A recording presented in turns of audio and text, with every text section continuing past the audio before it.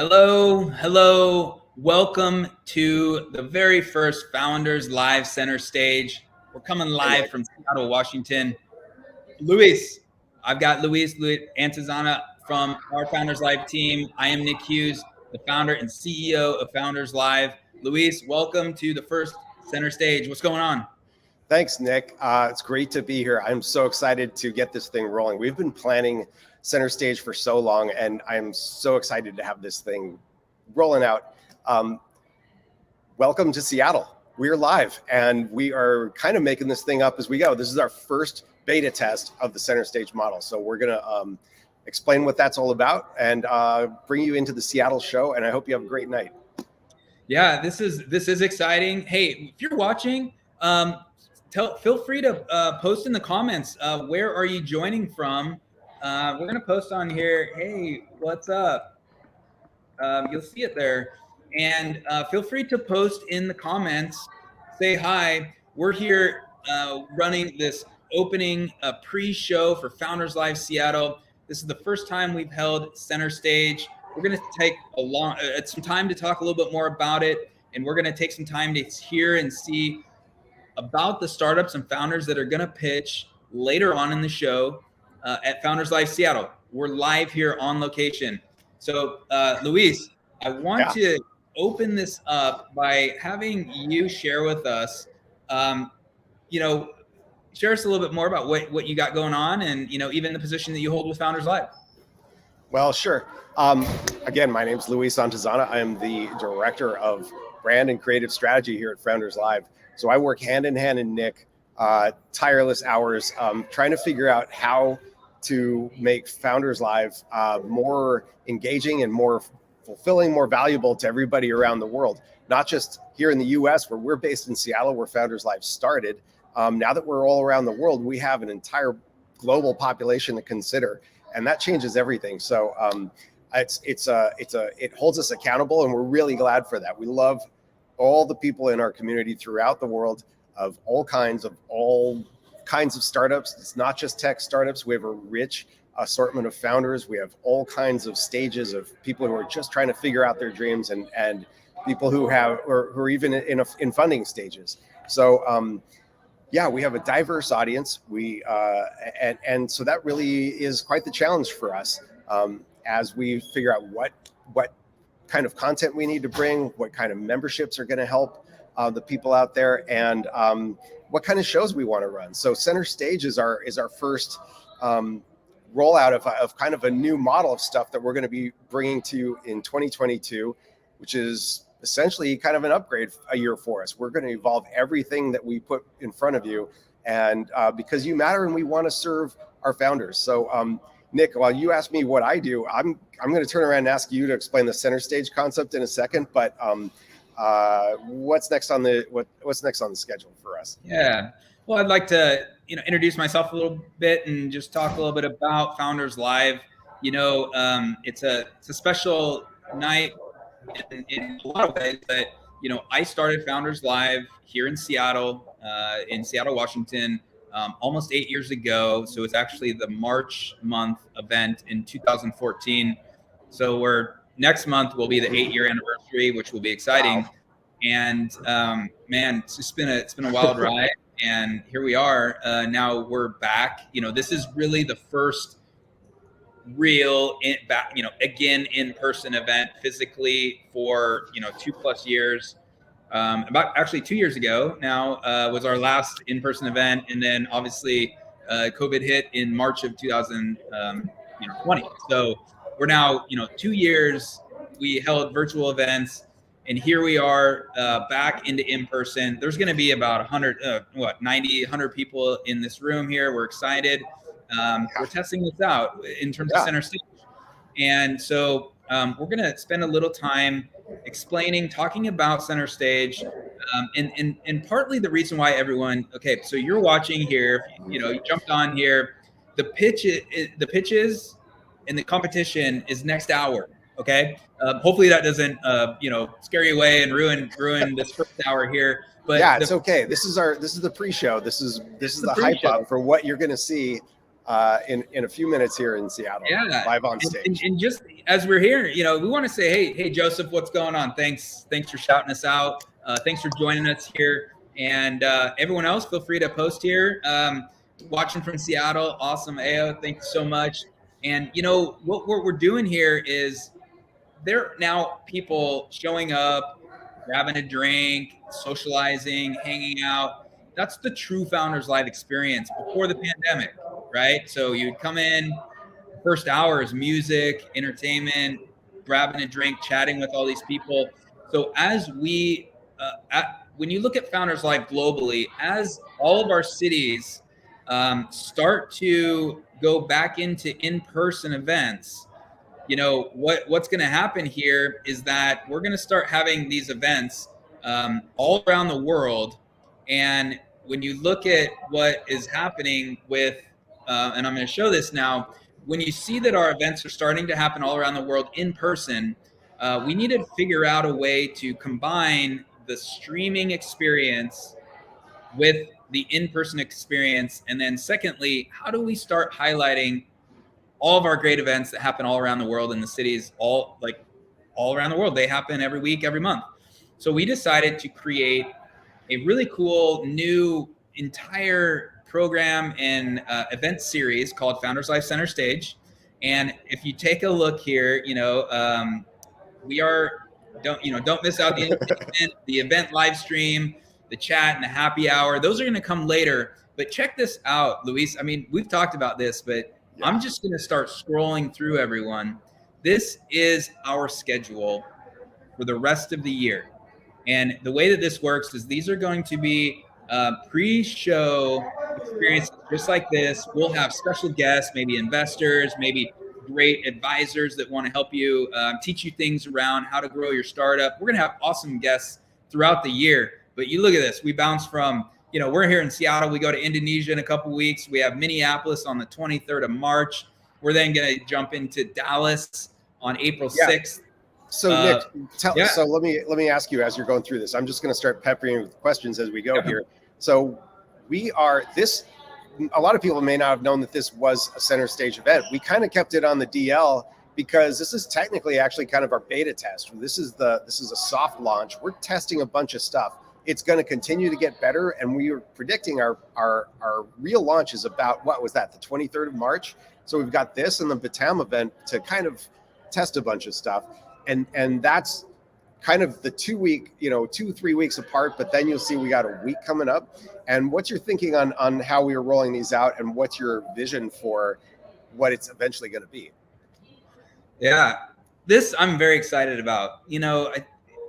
Again, if you look at, just like, okay, so we're here this is North America event, but then we're going to jump over to APAC, the Asia Pacific region, and have that event over in Indonesia, which we're very strong in. We'd love everyone over there. Hopefully, if you're watching, hey, what's going on over there in Indonesia? But we bounce back over to North America, and then you see over time, we now start to jump into down in South America and Mexico, into Africa. So the vision here is to create an engaging experience for the people around the world, and especially in those regions of the world. We basically have a big highlight event that people can come in, they're watching, so it's entertainment, but over time, we're going to start opening social experiences, some rooms. You can kind of meet the people that are watching and engaging in that moment. And what it becomes is a huge tentpole event every single week. But if you notice, we're just bouncing around the world. And so we're able to, as we bring this to our global audience, we're going to be able to highlight the great talent, startups, the founders coming out of all of these regions of the world. And just pretty much every month, although there's usually 4 weeks a month, but hopefully we get one region event each month. So that's, 4 or 5 weeks.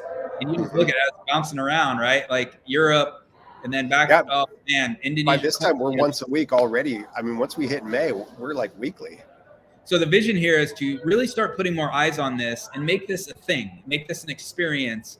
And you'll notice, look at that, watching from Komodo Island. That Go awesome. Dragon. Thank you so much for joining us. This is great. Love it. Hey, for you all watching, feel free to post here as well questions. if you have questions for us, we'll address them. We'll engage with you. Unfortunately, we can't bring you on camera, but we would love to gather your questions. And that's obviously during the event. You can feel free to ask the presenters questions as well. But so cool. Luis, so let's jump into your thought. What excites you most when you look at this? And again, Zimbabwe, Japan, going into India, Spain. This is going to be so cool. So tell us what you're. Yeah, let's just wrap on that a little bit. Yeah, I mean, one of the things that's pretty obvious that I think that a theme quickly arrives is we have such diversity in our geography and diversity in the kind of people that present and have startups and more evolved businesses, founders of all kinds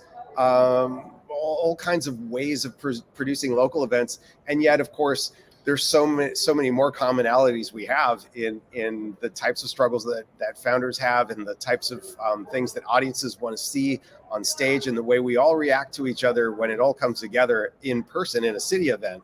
And then we can also, I think the fun part for us, the challenge as we build what Center Stage is going to be, is to allow the excitement of what happens in those local events to translate online and into a digital experience, and also to let the viewers have a bit of a way of interacting with what happens. So our hope is that we can solicit questions from the audience and chat, as we always do for our online events, and have some of those questions asked to the presenters on stage live.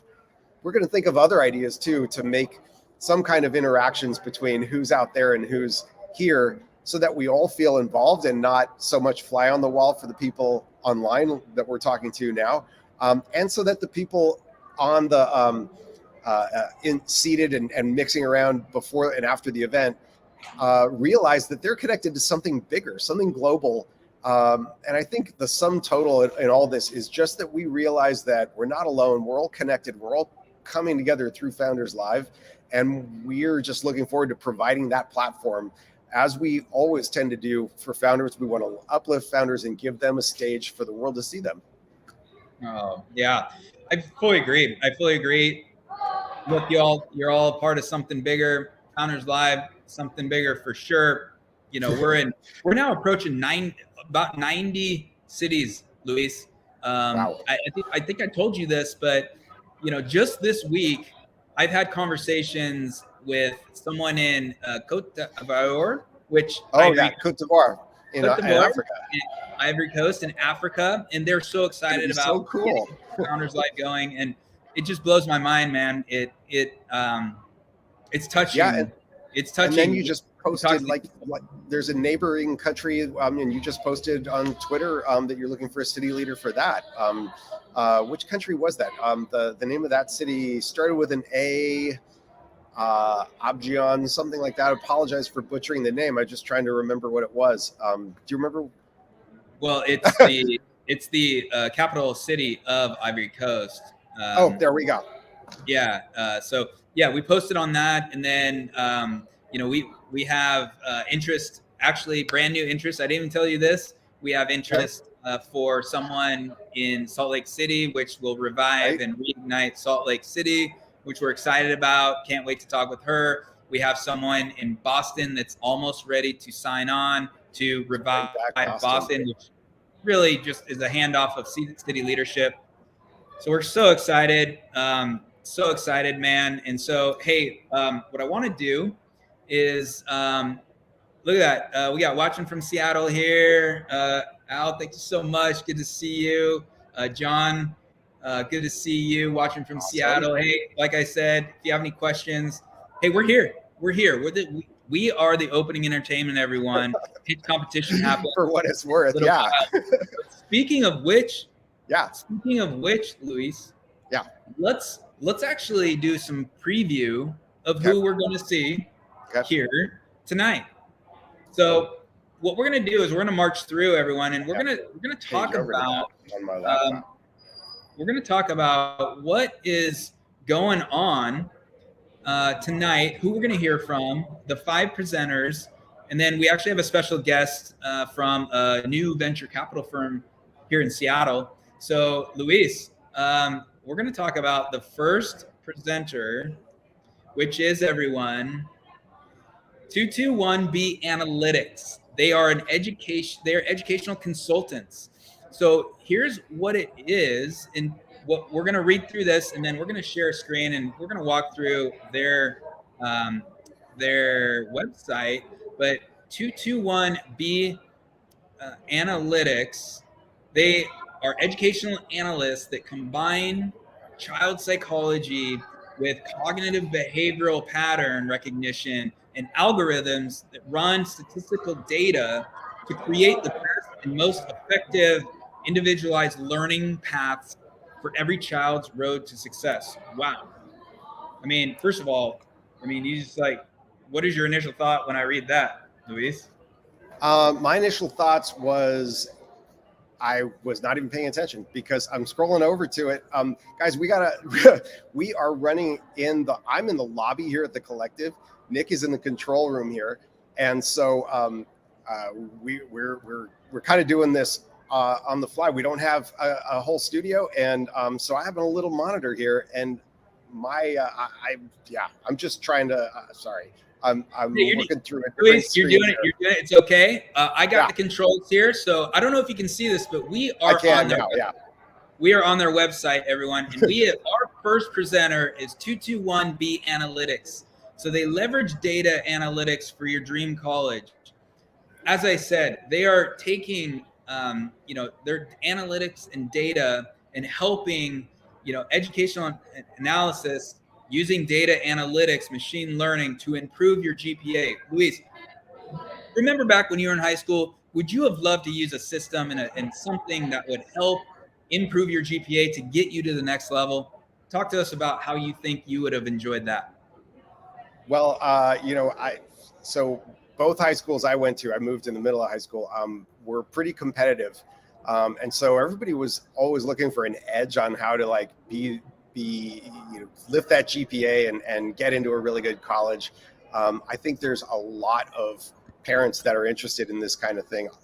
There's so many people who are into self-actualization, self-optimization, and just looking for any way that they can kind of not waste effort and maximize their time on in the educational process. I mean, who wouldn't want to make this better? I'm really curious to see what they're going to say. When we're running the shows, I'm often just like before you asked me the question, I'm doing some behind the scenes stuff here. So sometimes I don't get to hear it, but I'm going to pay extra attention to 21B today. Nick, do you know anything about the founder of this, though? We're hearing we know I've got a list here of what all these presenters companies are about, and we're going to get to really ask them the deep questions once they're on stage after they've presented. What kind of background can you give us on the founder? Do you know them at all? Have you met them? We met one pair of founders already today, just hanging out here before the show. Hope you're still there, Luis. I might have lost you, but hope you're still there. I am here. So Nick is asking if he hears me or I'm still there. I see Nick frozen, and he might actually be frozen in the control room. So I'm going to keep still there, going. Luis. I'm yeah. Nick, I hear you fine. Yeah, I hear Nick. Nick's spinning. All right, so I'm going to keep this going. This is us building live, guys. This is Founders Live from Seattle, center stage. Nick is probably rebooting. Yeah, here's me full screen. So I'm going to wing it. You can see the guys right behind me is the freight elevator. Nick's back. Don't know what happened. Hey, but that's the show. What happened? Did you just gotta love that? Hey, we got technology. It sometimes doesn't agree with us, but hey, I'm back. Here we are. So we were talking about you're proving that it's live analytics. We are here. Let's move on to our next our next presenter.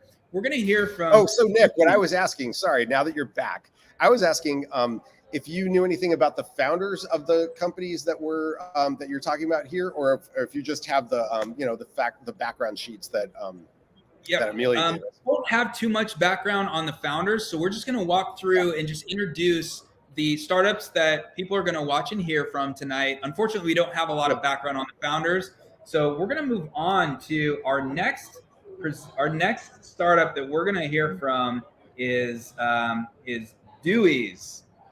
And what we have here, Dewey's, is we have at Dewey's, we're reimagining slippers for modern home life, creating stylish home shoes from plant and recycled materials. Luis. Wow. Yeah, would you wear that's just, yeah, I would. So I think that now that we've spent, this is so clearly born from COVID times, right? Like we've spent so much more time inside, and we are intimately familiar with how we want to spend time around the house and how we want to feel. And home comfort is a big deal. People buying better TVs and buying house shoes. Like I literally was thinking about that today. I'm like, I should buy a pair of shoes that I only wear in the house. And I think that smart people call those slippers. And this seems to be what Dewey's is doing. And to go, a step beyond that, it's plant-based. I think that's really awesome because there's clearly going to be some sustainability, less fossil fuels involved in going with this. I'm really curious to see what they have to say about their process. Me too. I would love to wear them.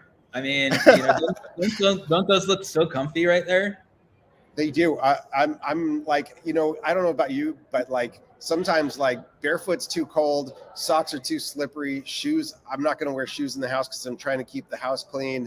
I don't have an extra pair of shoes that I only wear in the house, so slippers are perfect. I have some slippers, but they're Uggs and they're really hot sometimes. So, maybe this is just fits the exact thing that everybody needs for wearing around the house. What I'm excited about? I'm excited about seeing more and more clothing and products that are made from these materials and sustainable. You know what I mean? Yeah. How cool is that? And my questions would be, I'm curious once they start pitching, we're going to get some questions. I'm sure we're going to hear, but what are they exactly made of? And, how is that different than traditional slippers and shoes? Really be curious.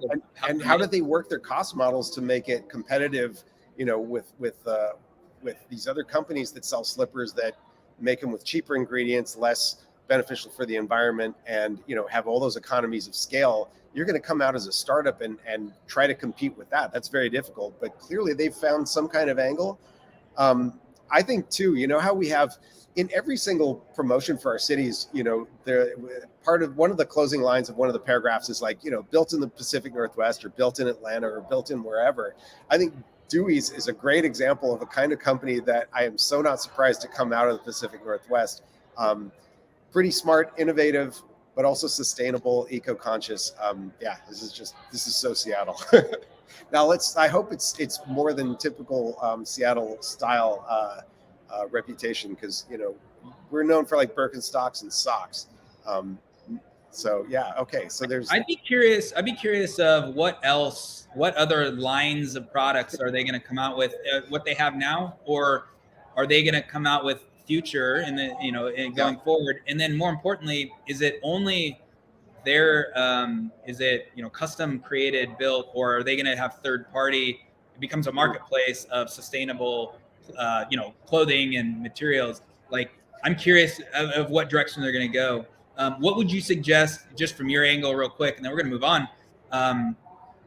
Would you think that they should go custom, kind of like Allbirds, and just go and build their own, or should they become a place where people can find more sustainable, clothing and retail products?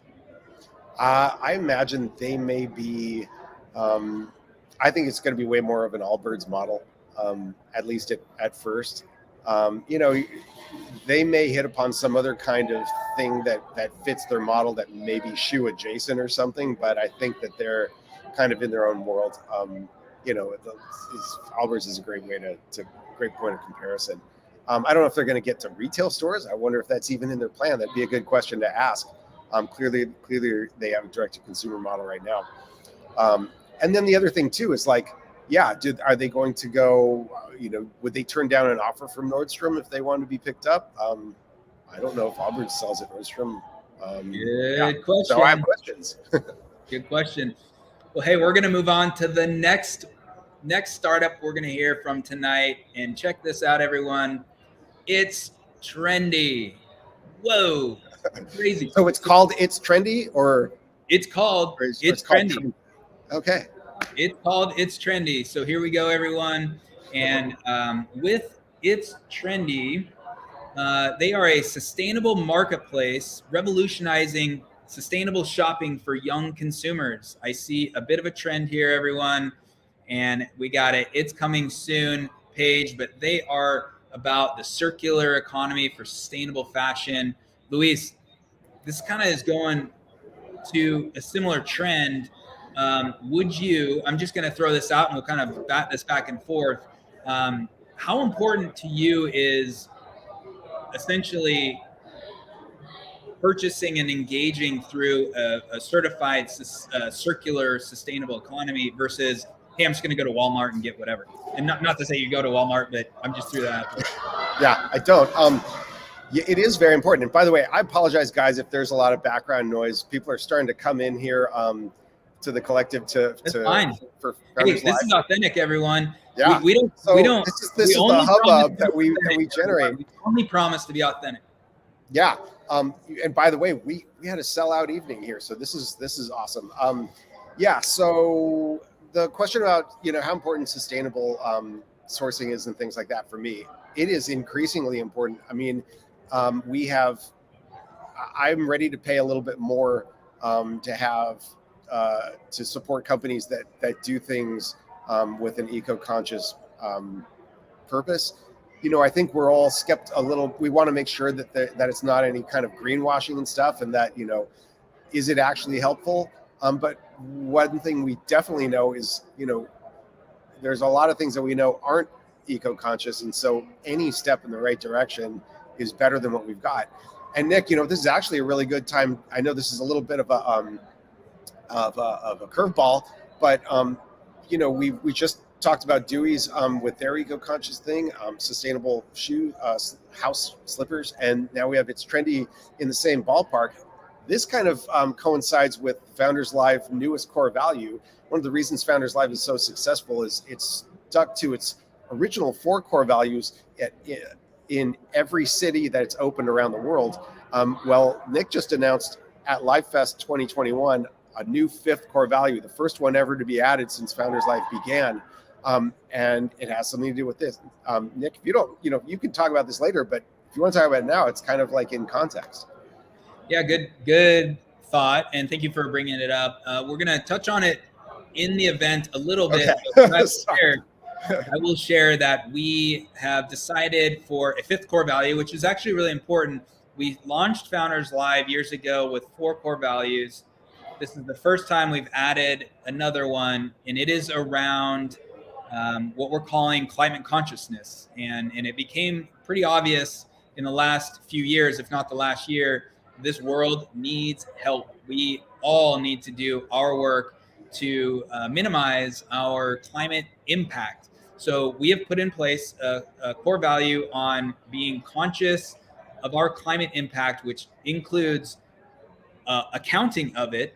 So what is our carbon footprint? And it goes deep, and this is something you'll learn later. Secondly, we are looking to minimize where we can our global impact of operating business globally, and we encourage others to do the same thing. So yes, it falls right into the trend here is it's not, so climate consciousness is the core value, but it's being aware and conscious as you run your business. Is it the products that you're creating and selling?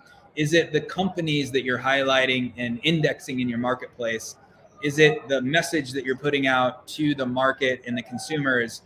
I think everything is a lot more purposeful now. So that's our background on this. But I would agree that there seems to be a trend here, and what I like is there's more thought and heart into a lot of companies coming out of the gate now versus maybe 10, 20, 30 years ago.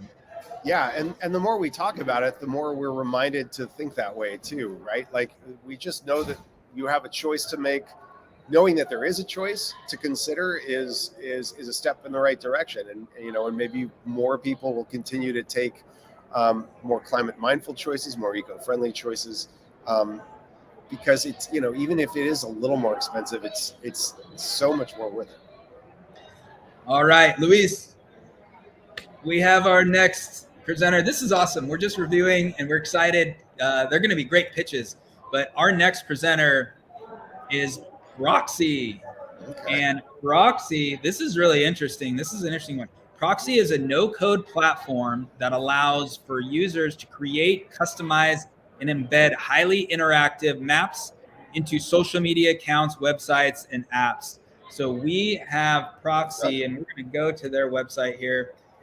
This is really, really interesting. I'm going to share real quick a story I read about them. They're kind of doing a little press tour. They're obviously going to be at Founders Live, but they've been written up in a few different news and blogs and tech resources. I read about them, and actually in the Hustle, which is a daily email, and it was a story about how they created their story of their product, how it came to be. They actually started by creating kind of a hacking together something where people could find trick-or-treating for Halloween, for a safe trick-or-treating app, so parents could go take their kids and figure out where to go to get candy in masks and being safe in COVID. And it turned out they made a bit of a pivot, and now people can create their interactive own maps. Check this out. I mean, it's like, imagine if you had the power of Google Maps to then create in your own way. Yeah. Like, how cool is that? What do you think, Luis? I mean, what would you do?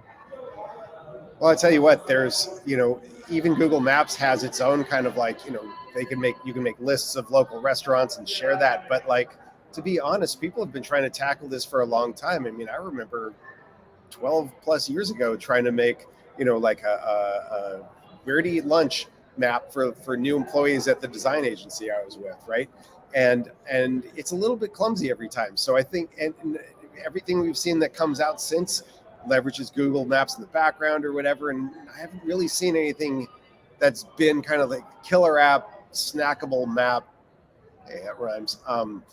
Like, shareable thing and it sounds from what you're saying that these guys may have an edge on how to do that. So again, I'm curious to see what's going on here. I'm looking forward to the presentation. Yeah. So cool. Hey, I'm not skeptical at all. I'm optimistic about this. Yeah, it does sound cool. Many use cases for Proxy. So interesting that I don't know. I kind of think it's there seems to be a possible evolution here where the last generation, I'm using that in the last like 10, 15 years, we had now Google Maps, obviously Apple Maps if you use that on your phone, but typically Google Maps. I'm a Google Map user. I think that they're definitely superior in many ways. That's just my perspective. But by using that foundation, what can people create and build? Imagine if you released to 1 million people to create your own map for any reason whatsoever. What would be done? And that is so interesting. Create interactive maps as easy as 1, 2, 3. What is going to be created and how? I'm wondering if that is like, are we mapping things within your neighborhood or wherever you want, but like using like a regular map? Or when it says create your map, are you also, could you make up a map of like, some made up world or something like Game of Thrones land or something like that like group travel. Look at that. Group travel, blogger recommendations, area guides. They have templates, hey, let's go check them out. They got templates.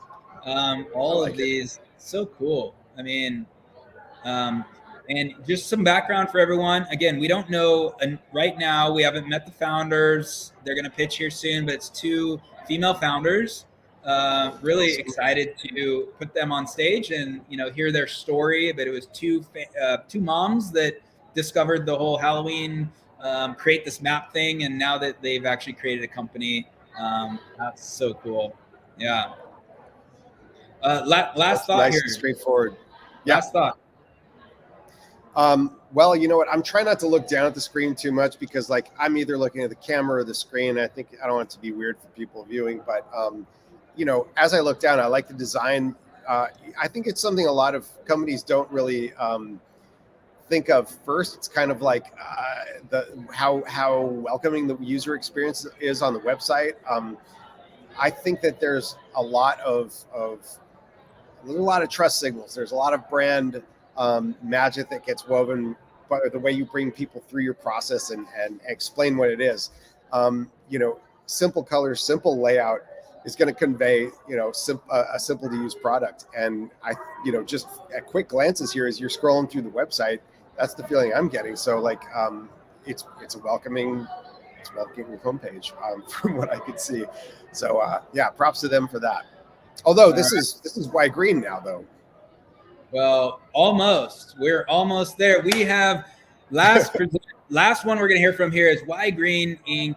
And they created an easy to use energy exchange application for users with solar panels, batteries, and electric vehicles to buy and sell energy with utilities. Wow. Oh, cool. Please, this is going to be interesting. Let's pull them down here, and we've got Wyrene. This is so interesting. Look, my first impression when we pull up this website, we're looking at green energy here. We're looking at going back to our 5th core value that we talked about, climate consciousness. I'm loving this already. But what is your initial thoughts around an energy exchange, sell power and make money? What are your thoughts on how that marketplace could actually happen if you have solar panels and you're able to plug in and actually be able to, like, hey, sell the power that you've created with your solar panels or get reimbursed for that? Yeah, by the way, I'm doing a little muting because it is getting extra loud. I apologize if that's you just keep going, man. Out, guys. You know, that's all.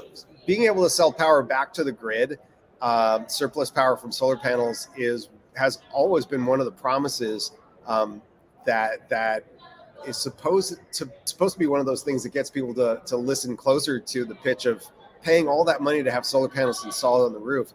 I don't know how it's worked out, and I think that's all been like municipally managed, or you know, through like Seattle City Light here in Seattle.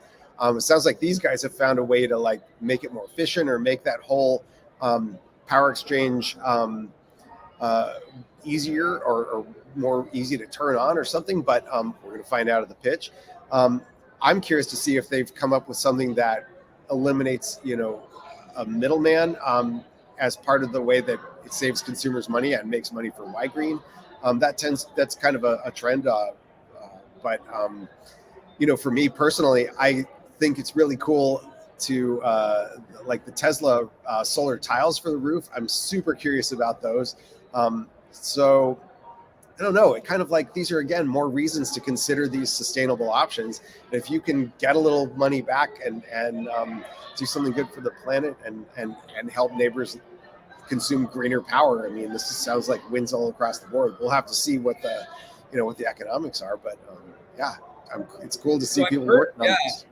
I've heard some ideas around this before, and this graph does a really good job. So I'm gonna actually pull down that.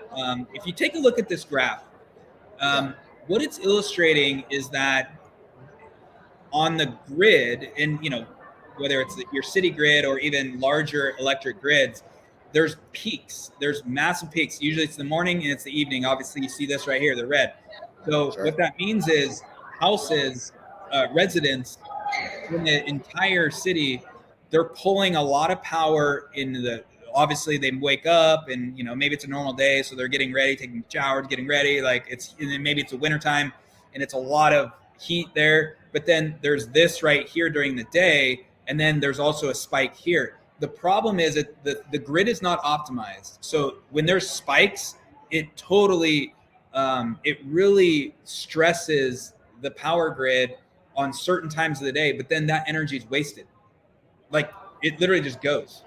So these systems, what they're trying to do is how do you, and that's why, like, buying and selling, like when there's excess power, see this right here, this needs to, the economics here, you can actually be able to utilize that power so it doesn't just get pushed away or it's like just wasted.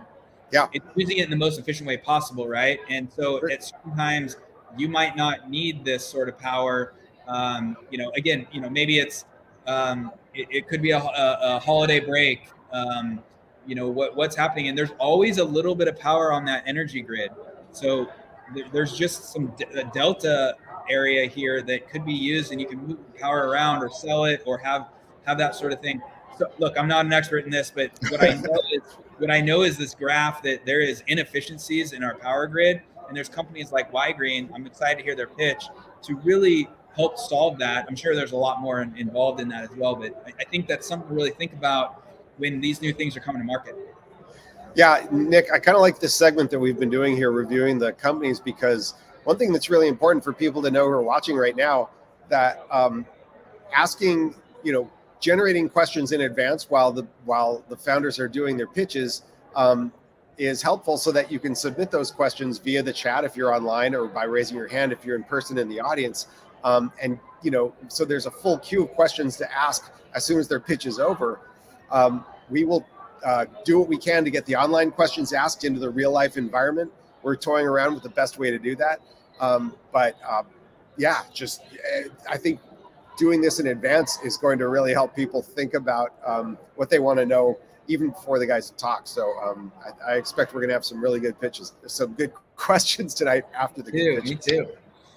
Yeah. So that was the 5 presenters, and that's so cool. That's so cool. This is Patrick, actually. He's going to be pitching tonight. So really excited about that, Luis. I mean, look at that, 5 clearly purposeful companies. That's what I love about Founders Live. There's always these unique companies, right? And we've said this. Hey, they may or may not be the next unicorns in the world, but you know what? I don't like that word. That's not what I hate it. And that's not what innovation is about. You don't need to be a unicorn. You need to solve people's problems, and clearly this is solving a major issue in the world, just as sustainability, from commerce to clothing. Loving these startups, and I can't wait to hear the pitches, everyone. That's coming up next hour. But you know what's next, Luis, is we're gonna touch about our special guest that Amelia will be interviewing is Ken Horenstein from Pack Ventures, and we're so excited to hear from Ken. Ken is a good friend of mine. Excited to have him. We actually, trivia question, he joined us a couple of years ago for Founders Live Seattle when he was working on a bit of a different project around investing in startups. But now he has recently started Pack Ventures. You'll notice on the screen here the colors, purple and gold. So this is really interesting, where he's created a venture capital firm that really is focused on pre-seed and seed venture investing in bold founders from the University of Washington. So UW here in Seattle, focusing on the connection can be loose. He's told me that it's not just students right now students coming out, but it's anyone that's connected to the kind of, history or current student body of University of Washington. And he's going to join us tonight and talk about his philosophy. But I love the whole Husky Pack. So Pack Ventures, great name. I'm a stickler for names and branding. So I think the name is great. Luis, what's your initial thoughts on more and more early stage investment firms, and especially tying it to university? That's a unique thing. What are your thoughts on all this? Well, I have to admit, I don't really know anything about the academic side of things. I know we have a lot of different, there's a tech accelerator that I can't remember what it's called, but it is also UW associated. They do a bunch of stuff around VR and AR and UW has their hands in a lot of different things like this.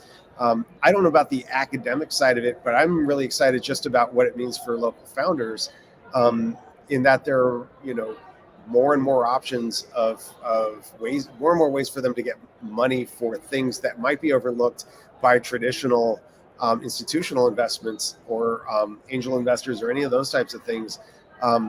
I think that this is just more diversity in the system for people with money to help bring dreams to life. Yeah, it's cool. More the merrier. Bring it on.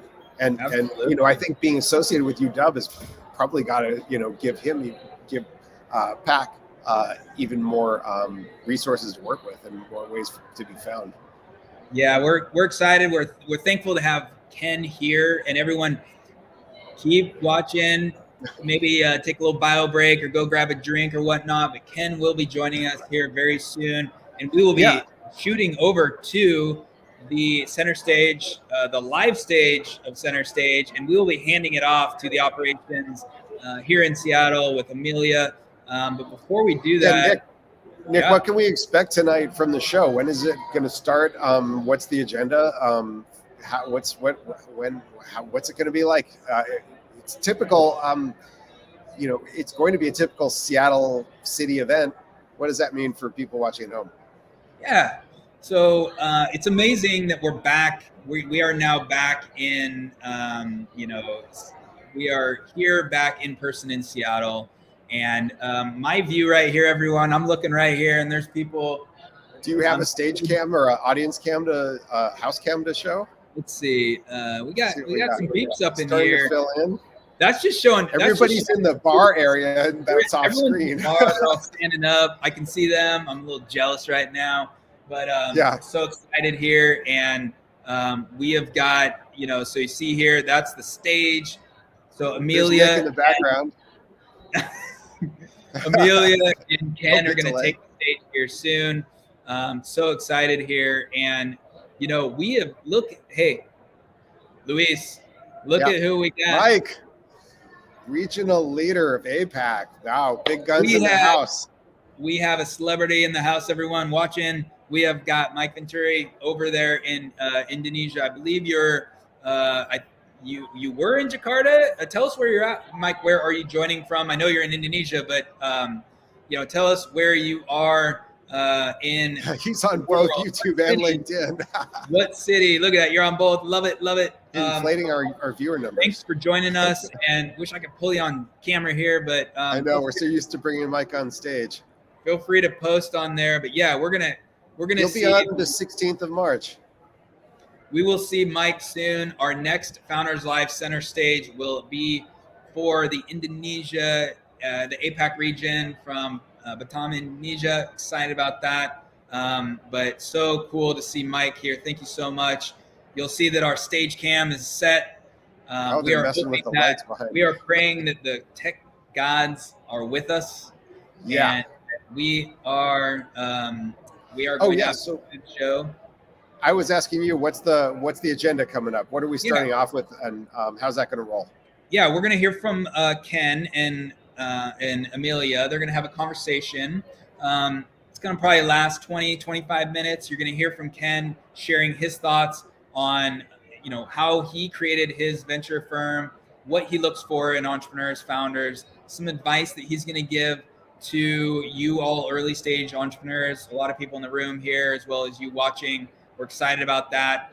And then what we will do is then move on to, I'm going to give a bit of a very short talk, but I'm going to talk about what's coming down the pipe and what you all should hopefully at least get on the list. That's all I'm going to say. This is the fun part. Yeah, that'll be cool. Doesn't cost anything to get on a list, but we're creating a waiting list because we are releasing some new experiences. You're not going to want to miss it. So I'll take a few minutes and describe that, but then Amelia is going to run the show, and we're going to have 5 of the founders. We just reviewed what startups are going to pitch, and we're going to hear a pitch competition. So you all that have probably been watching a virtual Founders Live event, hey, maybe this is your first event. So you're in for a treat. But if you've watched virtual events, this is going to go fairly similar to the virtual events, but we're now just in the real world.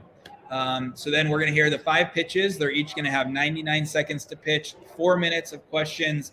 Hey, if you are watching here and you have a question, feel free to type it. We don't know if we'll be able to actually get that question answered simply because there's some dynamic from the in-person this stuff flies. It happens real quick when you're during a Founders Live event. We're going to try, though. We're going to try. But then we're going to hear from the 5 presenters. They'll be able to answer some questions. And then you all the crowd will take a vote, and we'll figure out who was the winner of tonight. Hey, everyone has a great pitch tonight, but there ended up a winner of Always Founders Live. And so we're going to hear it. Luis, what's your favorite point in the Founders Live event? Oh, wow. Good question.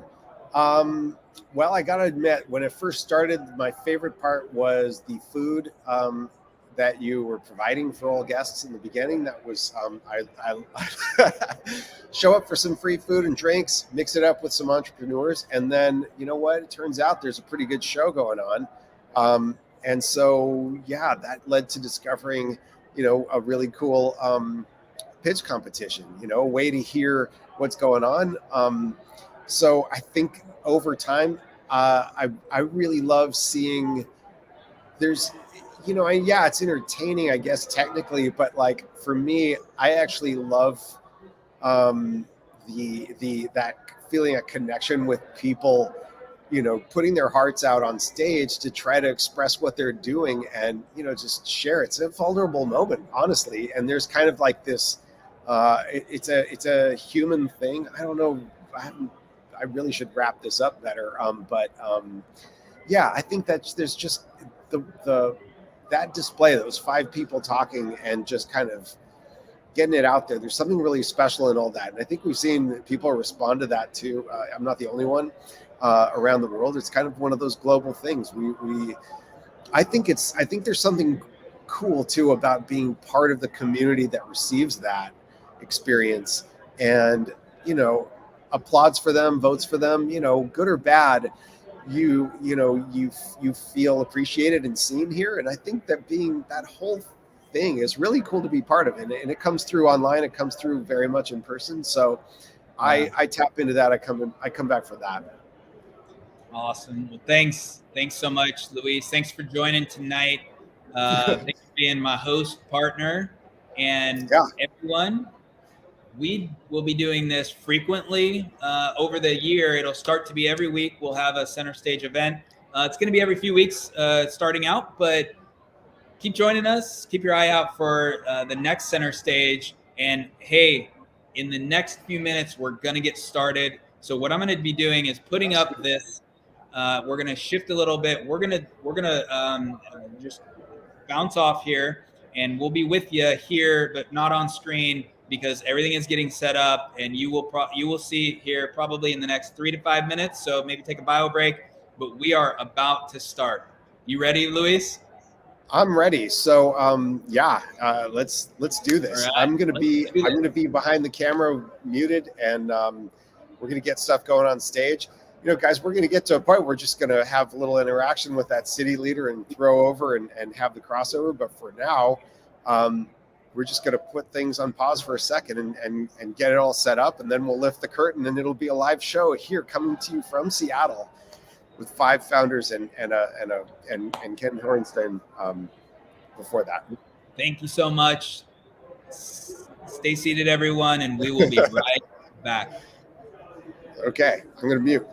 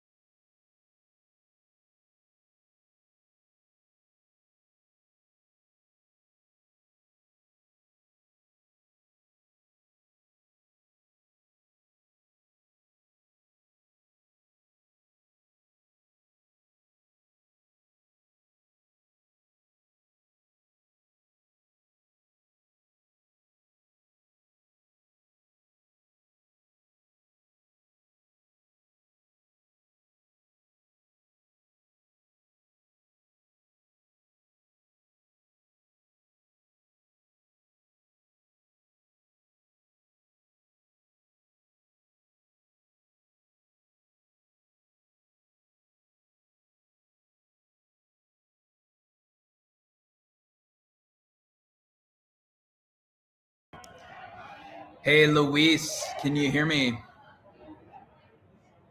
Yeah, Luis, come back into the main room. Come join us. And we're about to get started, everyone. All right.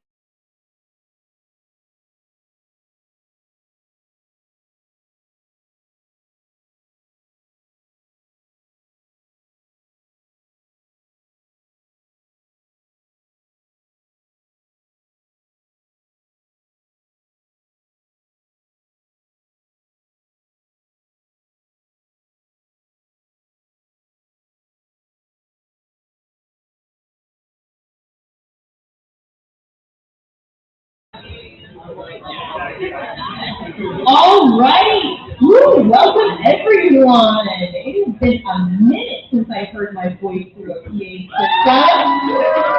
It's exciting and weird.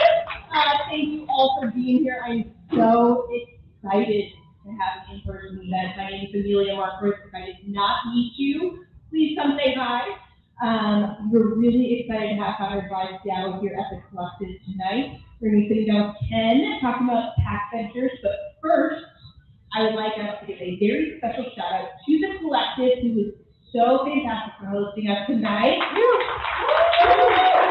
Alex is going to come chat really quickly about the Collective. If you guys did not scan the QR code, get to take your free day pass. It's by the bar. Check it out. Sweet. Hi. Yes, also really exciting to be on the mic again. A room full of people. How are you all tonight? I'd like to ask for a show of hands. I do recognize a lot of familiar faces here, but how many of you prior to this evening have not been to the collection or even heard of us?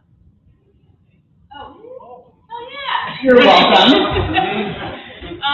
Great. For any of you new to the space, we are a membership community. We're a social club, so the goal is ultimately to get you connected to people that you want to be meeting, but there's a lot more to it. We've got, you might have noticed, the bouldering walls, the wellness component. The other side of the space, some of you noticed the bar. When you are a member, you don't have to wait in this line, you can go to the other side.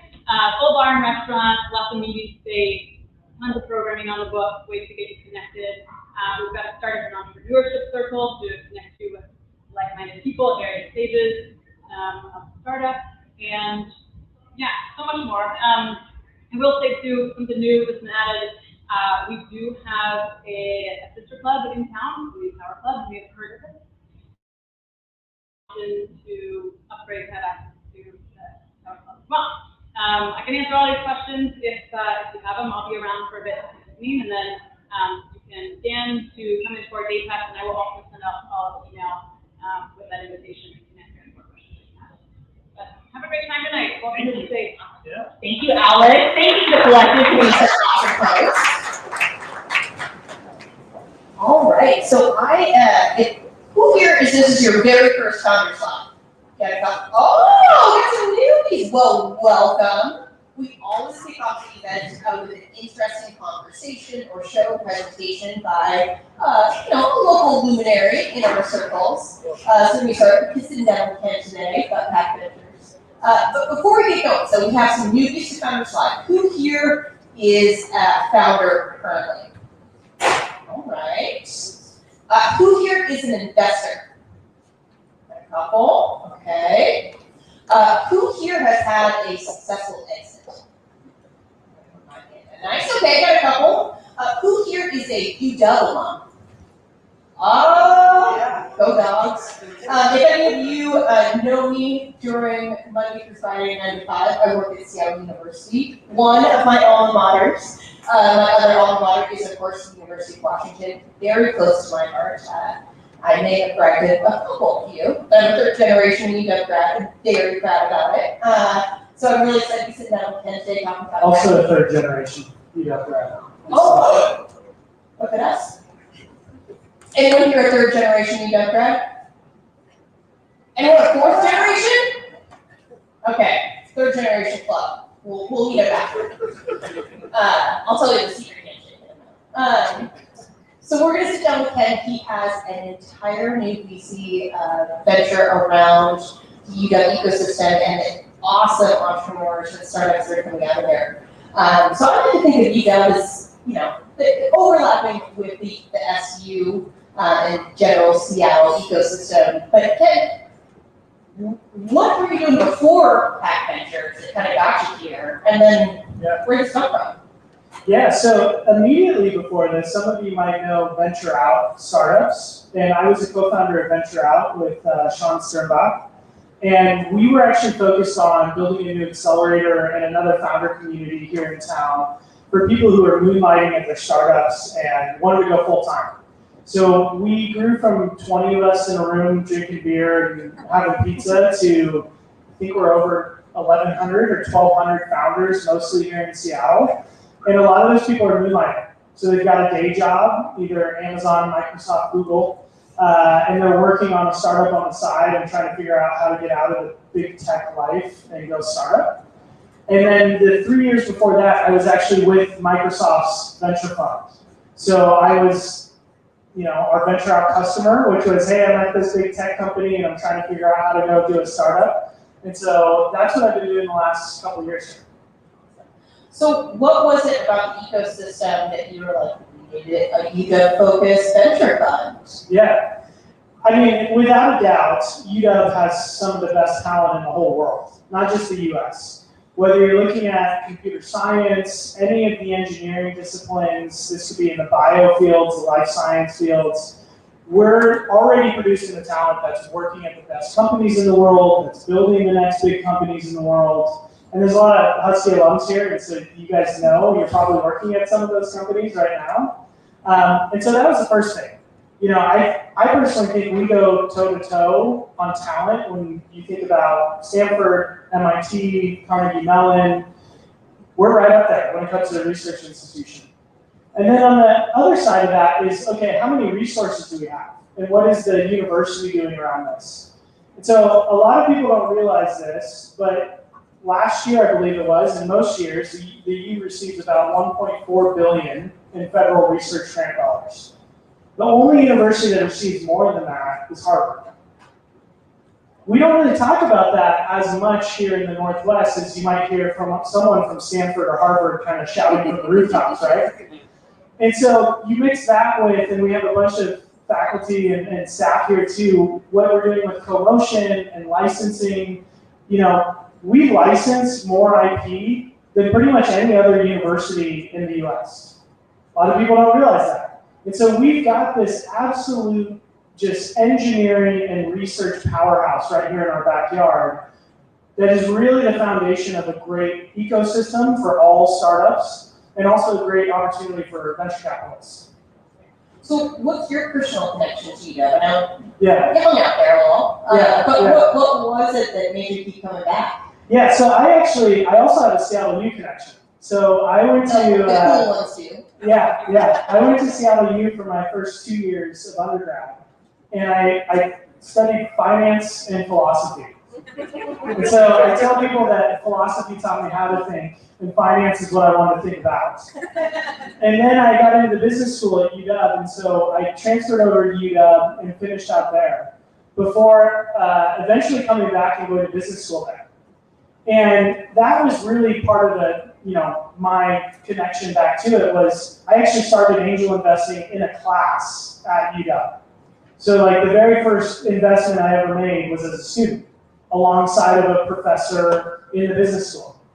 And I just stuck with it ever since then. It was one of those, I hope all of you find this. I hope you found it with your startups because it's a beautiful thing. But I've had 2 aha moments in my life where it was just, I'm going to be doing this for the rest of my life. And the first one was at a startup weekend in San Francisco in 2012. And we were building a Bluetooth-enabled bike lock that enabled peer-to-peer sharing of your bikes. This is in 2012. So you can now see how that works for Jump and Inline and all these other bikes.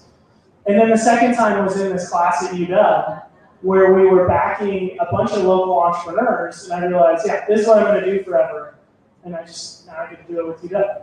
I love it. Well, as a Seattleite, I am big on our Seattle startup ecosystem. I think we have a lot of really special things that if you're not from Seattle, you might not notice. But what is it? We talk about the research, the top tier schools, but beyond just the academics, what is it about Seattle that makes one build startups here?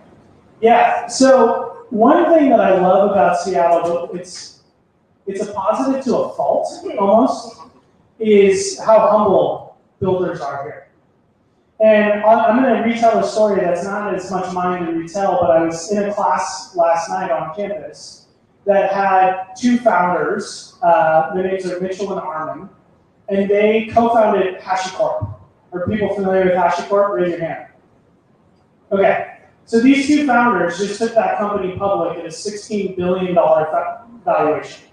It's one of the biggest tech, and especially cloud infrastructure IPOs in a very long time, if ever. They were 2 of the most humble people I've ever met, and they're both billionaires. And they're coming back to just a regular everyday class, sharing their story of here's what it was like to go through the tribulations of a seed round, and then through a Series A, and then through a Series B. And here's all the issues and problems we're still facing today. And there's just a level of humility with Seattle founders that I really appreciate. Now, on the flip side of that, when we were down investing in, through Microsoft and Silicon Valley founders, I knew probably in the first couple sentences that they went to Stanford or Cal. But then I heard some crazy ambitious way that they were going to change the world, and they actually believed they would do it. And that's a little bit of what I like to instill in the founders here is, I'm okay with you thinking you're going to do something audacious. And actually, I want you to think you're going to do that. And then let's talk about the ways that you're going to actually make that into a reality. And so that's one of my challenges, especially with students at UW, which is, hey, you're thinking a little bit too small here. What if this was 10 times bigger or 100 times bigger? What would change about the way that you're approaching this? I love that. So tell me all about Hack Ventures. What's the structure? How do folks apply? Who are you engaging? What do we need to know to get in? Yeah, so there's a couple things about it that you should know. All venture capitalists, we're kind of our own marketplace. So we're matching what are called limited partners, other investors, and we're matching them with startup investments, and we make the investment. And so the reason I bring this up is because both sides of that marketplace are really important to us. The first one is obviously we're investing in anyone who has some connection to the university. If you're an alum, if you're a current student, if you're angel investors who are alums, if you're advisors, we want you to have some connection to the university because we're supporting this ecosystem. But on the flip side of that, if you go to our website, you're going to see almost every single one of our investors on the website. And the reason for that is they want to help the founders that we back, and even some of the founders that we don't back. And I think this is what's cool about PAC and what we're doing in kind of like partnership with the university is it's this first step outside of the university where we're bringing that network together that can really support founders through this whole process. And when you look at the investors behind us, you're going to see a lot of CEOs, you're going to see a lot of founders, you're going to see a lot of operators, people who can come in and say, hey, I have expertise in what you're trying to do, let me help you. So if you want to get involved, I think I'm one of the few VCs that my calendar is on our website. And you can book time, 20 minutes with me, right on the website. The second thing is I'll actually be on campus. And so founders who are working on a campus, you can connect with me live there, that way. I'm hyper responsive on LinkedIn, so you can connect with me on LinkedIn. And really, I love to have just the first conversation, 20 minutes of what are you trying to do and why, and paint some of that big vision for me. And then let's just dive into questions about, are you the right person to build this? Why do you think that? What is the strategy that you're putting in place? I love that. One of the things that I'm hearing that I would love to challenge all of our Seattle ecosystem members is reinvesting time, energy, and resources back into our startup ecosystem. I know that I'm here because Nick started Founders Live. It really is kind of a waterfall moment that can be really exciting for folks. So I do want to give all of you a chance to ask 10 your own questions. Because of our tech setup, what's going to work best is for you to raise your hand if I need to call on you. But Ken, anything else we should know about you with Hack Ventures? No, I'm just excited to connect with everybody here. So please do reach out. We have a way you can even submit your pitch on our website, and we talk with everybody. And so please, honestly, I know there's always been this disconnect in Seattle that I felt more here than I felt in Silicon Valley, where it's like, you're the VC and I'm the founder. I want to break that barrier. I want to grab coffee with people. I want to be in these kind of situations. And I want you to share ideas and be open to feedback, because that's how you're going to eventually land on the thing that you're going to build. And so please come say hi, connect with me. All right. What questions do we have for Ken? Just raise your hand. What question do you have? Just shout out. People's just curious about, Ken, are you looking at tech, life sciences, device, kind of what's the fields, the domains that you're interested in? So the question was, what fields are interested in tech, etc. What kind of companies so forth? Yeah, so we invest really broadly. Myself and we have a venture partner, Beth Polko, who's on the team, who's built a medical device company and done a lot of bio investing. We've got portfolio companies from consumer mapping all the way through to deep life science biotech deals. So it's more important to know where we don't necessarily invest. We probably would not invest in what we call a single asset therapeutic. So something where if you're going to come to me and say, I need $500 million to get through the FDA, we don't have that much money, sorry. And we also, we're looking for really high growth companies. So if you're opening a great ice cream store, a great clothing brand, that's going to be tough for us to probably back. That's not our expertise. And my background is in software, especially artificial intelligence, SaaS businesses, and marketplaces. So anything in that area, I would love to talk with you about. Awesome. Next question. Taylor, what do you got? Okay. I'd love to know if is there any efforts or any incorporation of like trying to center, maybe historically marginalized founders or innovators in your investments? So the question is, how are we integrating diverse founders, especially a range of racial identities into your? This is a great question. So this is big for us. The one benefit, like the tailwinds we have, is the university is roughly 30% first-generation college students. And so we already have this incredibly diverse pool of people who are thinking of these innovations and bringing these forward. So that's one thing we're always focused on. The second thing is it's actually on the investor side. So most venture capital firms are pretty difficult to get access to, and they have really high minimum investments. A lot of times, if you want to invest in a venture fund, you have to invest $250,000, $500,000 to even participate.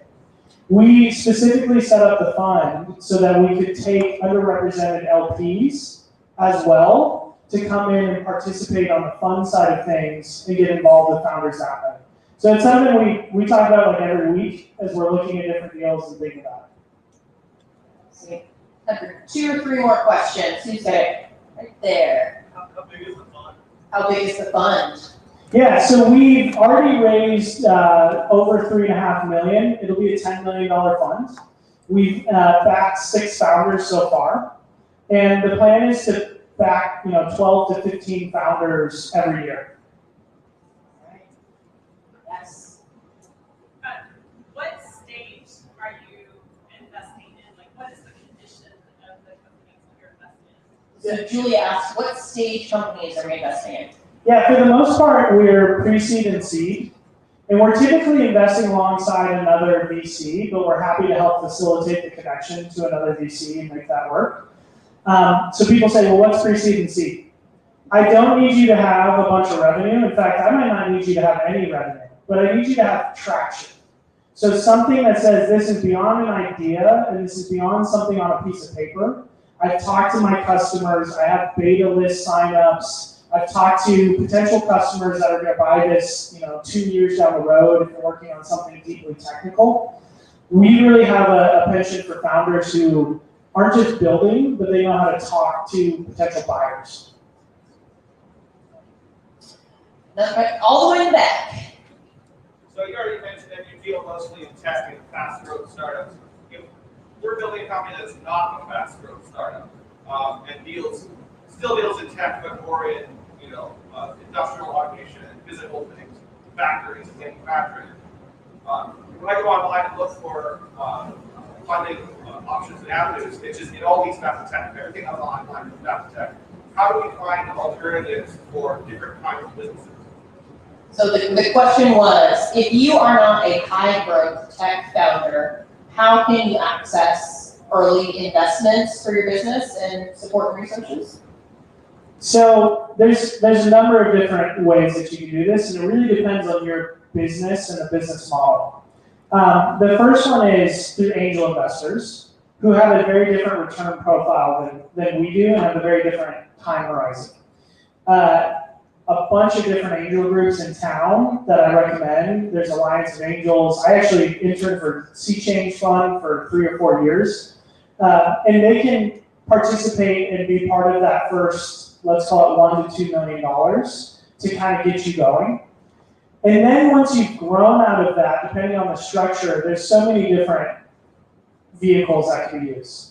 If you have some type of recurring revenue, there's lighter capital in town and a few other revenue-based financing models. Or you could go kind of the bank route, which honestly, then you own more of the company, which is kind of nice. It really depends on the specifics of the company to say, you should go talk to this firm or that firm.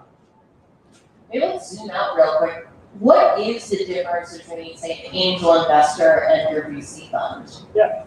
So angel investors are going to personally invest their own money, and this will be something between 5K and 100,000 typically, and they don't have to worry about the full fund overhead, the full fund fees, and the structure of returns. And so if they're using their own money, I personally would like to return 2 or 3x, 200 or 300% of my own money in a couple of years. That would be a great investment.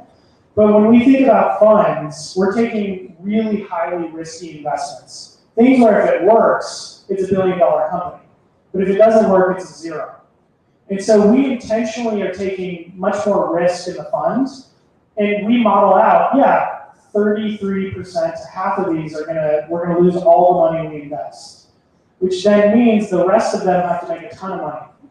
That's why we always when people say, hey, what's the difference between angel and VC? That's why VCs get pigeonholed into very specific types of companies, because they have to think about, will this return 10, 100, $1 billion to my particular fund? Time for one, maybe 2 more questions. Mike Ross. So how will you be different from the legacy VCs in Seattle that may have some sort of antiquated idea of how to start a successful startup, kind of grow it? So the question is, how are you different from the same old VC companies that maybe have had the same old... Mike's trying to get me in hot water. He always is. So we do work with all of them. The other thing is, Beth and I both come from a Silicon Valley focused model. So she went through Y Combinator. Most of her investors were from Silicon Valley. M12, we are headquartered in Silicon Valley. And so we've got a very different perspective on how you back a founder and what that means when you do. And so we're trying to intentionally be available, which I think has been something that's been more difficult here in Seattle. It's sometimes been hard to get a hold of the venture capitalists. And the other thing is, we're putting a lot of mentorship and support behind the founders that we back through our network of LPs. So we hope that's going to separate us as well. But honestly, we end up working a lot with them anyways. But we make decisions pretty quickly. It's usually in like a 2 to 3 week time frame. Melinda, is that right? How quick were we? Okay. And then we try to be helpful with mentorship after that. Awesome. Okay, last question. What do we got? Me? Yep. Hey, so outside of revenue, which I really appreciated you saying, what would you say the top 3 metrics are that you look for? So top 3 metrics besides revenue. Yeah, so if you're going to be a consumer type of business, you better know how to generate demand. So this could be beta signups, this could be beta users, this could be web page landings, something that says, I actually know how to go attract thousands, if not tens of thousands of people, and now I just need some rocket fuel to do that. If you're in the enterprise SaaS realm, I need you to be able to demonstrate that you know who the buyer is and that you can go talk to them, and that those people actually have shown a propensity to buy what you're selling. So this could be a letter of intent. This could be a proof of concept. It doesn't necessarily have to be binding. It just has to show, like, I got to the person who's going to make the buying decision on this software. That's pretty impressive for VCs. If it's deeply technical, then I'm really leaning into your technical chops. I still want you to be able to talk to a customer, right? And I've had founders recently where it's a deeply technical product, and I've kind of sent them on quote unquote homework and said, I want you to go talk to 3 buyers and come back and tell me what you've learned. But I'm probably making more of a bet on your intellectual property, your patents, and the underlying technology there. And so having a robust plan for that helps. Awesome. Well, we are at time. Thank you, Ken, for staying out with us this evening. Hey, big round of applause for Ken. Yeah. Yes. Thank you so much, Ken. And one last time, go Dogs. And Red Hawks. We're equal opportunity partners here. Well, thank you, Ken. That was fascinating. I'm really, really honored to be able to sit down with us and talk more about the funds that you're working on. We are going to get into our startup pitches here in just 1 second. First thing, we got to give a huge shout out to the folks that made this possible. Tickets are free. Our space is beautiful. We have awesome sponsors that make this possible for our founders and for you and for us to put on every month. So we want to take a second to give a huge shout out to our sponsors who invest in us every month and make it possible. But first, we have a special guest. Who here has been at a live event with Nick Hughes before? Couple. Like not very many. Who here has been to a virtual event with Nick Hughes? A couple. Well, I am so excited to introduce Nick Hughes, the founder of Founders Live. Started it in Seattle, 5, 6 years, 7 years ago? 8 years ago. Got it going in Seattle. We were so cool, he took it global and has been really making the Founders Live brand come live across the world. So Nick, welcome to Founders Live. Me doing what I do, we need to change that view, Amelia. Let's change that to the slides. But it's so nice to be here. It's been a long time for me. I know that we did a tried to do an in-person event last summer. I was doing some remote things in Nashville at the time. But now we're back in person. Let's give it up. And this is now what we should expect. I'm going to flip through a few things real quick, and I don't want to take too much time. This is Amelia's stage now, which let's give it up for Amelia. So proud. And you might have seen me back there. We are streaming live, and this is actually a bit of a beta test for what we're doing now called Founders Live Center Stage, that we will be once a week streaming from somewhere in the world to our global audience, and a little more focused on highlighting the founders from around the world, just because things kind of got crazy when we went virtual and we had events all the time, and now that we're going back in person, throughout the world, we just wanted to create more of a consistent schedule. And so we have a pre-show, and then we sync it right into here. So we know that some people are watching over in Indonesia right now. I can see you, and it's so cool. And so we're excited to roll that out. But real quick, I wanted to share with you that through this process of the pandemic, I don't know about you guys, but it's just, I have many words to describe this last 2 years, and there are things that I shouldn't say on the stage.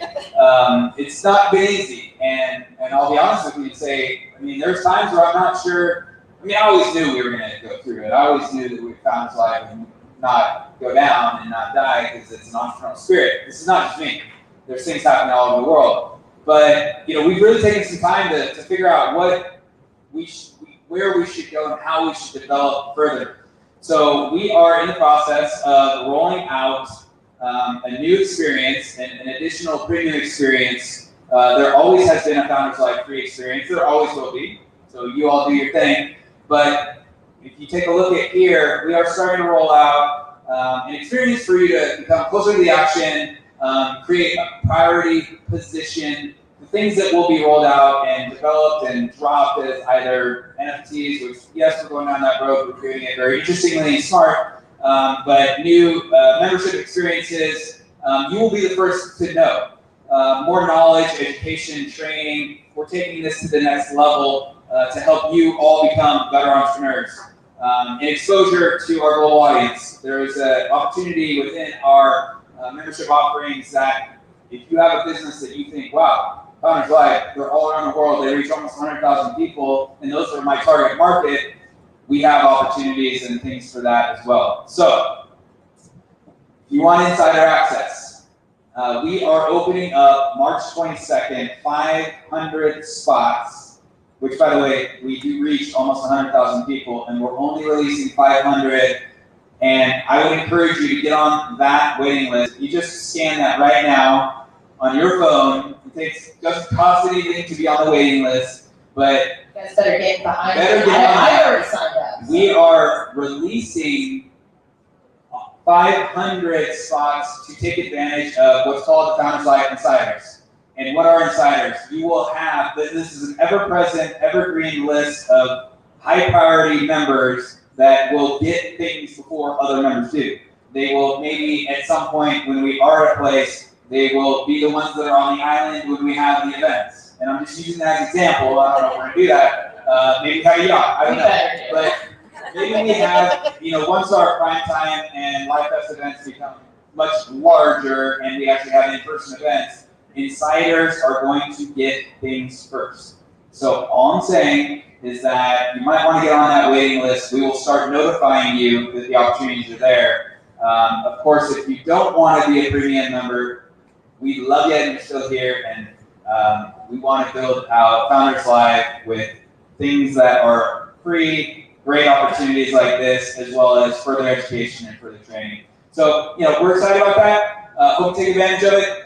Hope you are in with us, and really excited. And we are now back here. And the last thing I'll say is, hey, look at this audience. I mean, this is great. This is great. And I love the collective. Yet, only going to say one thing is, together, let's all get to the point where we just can't fit in here anymore, right? Maybe we end up back in that room, and maybe we end up somewhere else. We'll always still have the collective, but let's do this. And lastly, again, I will just say, you're awesome.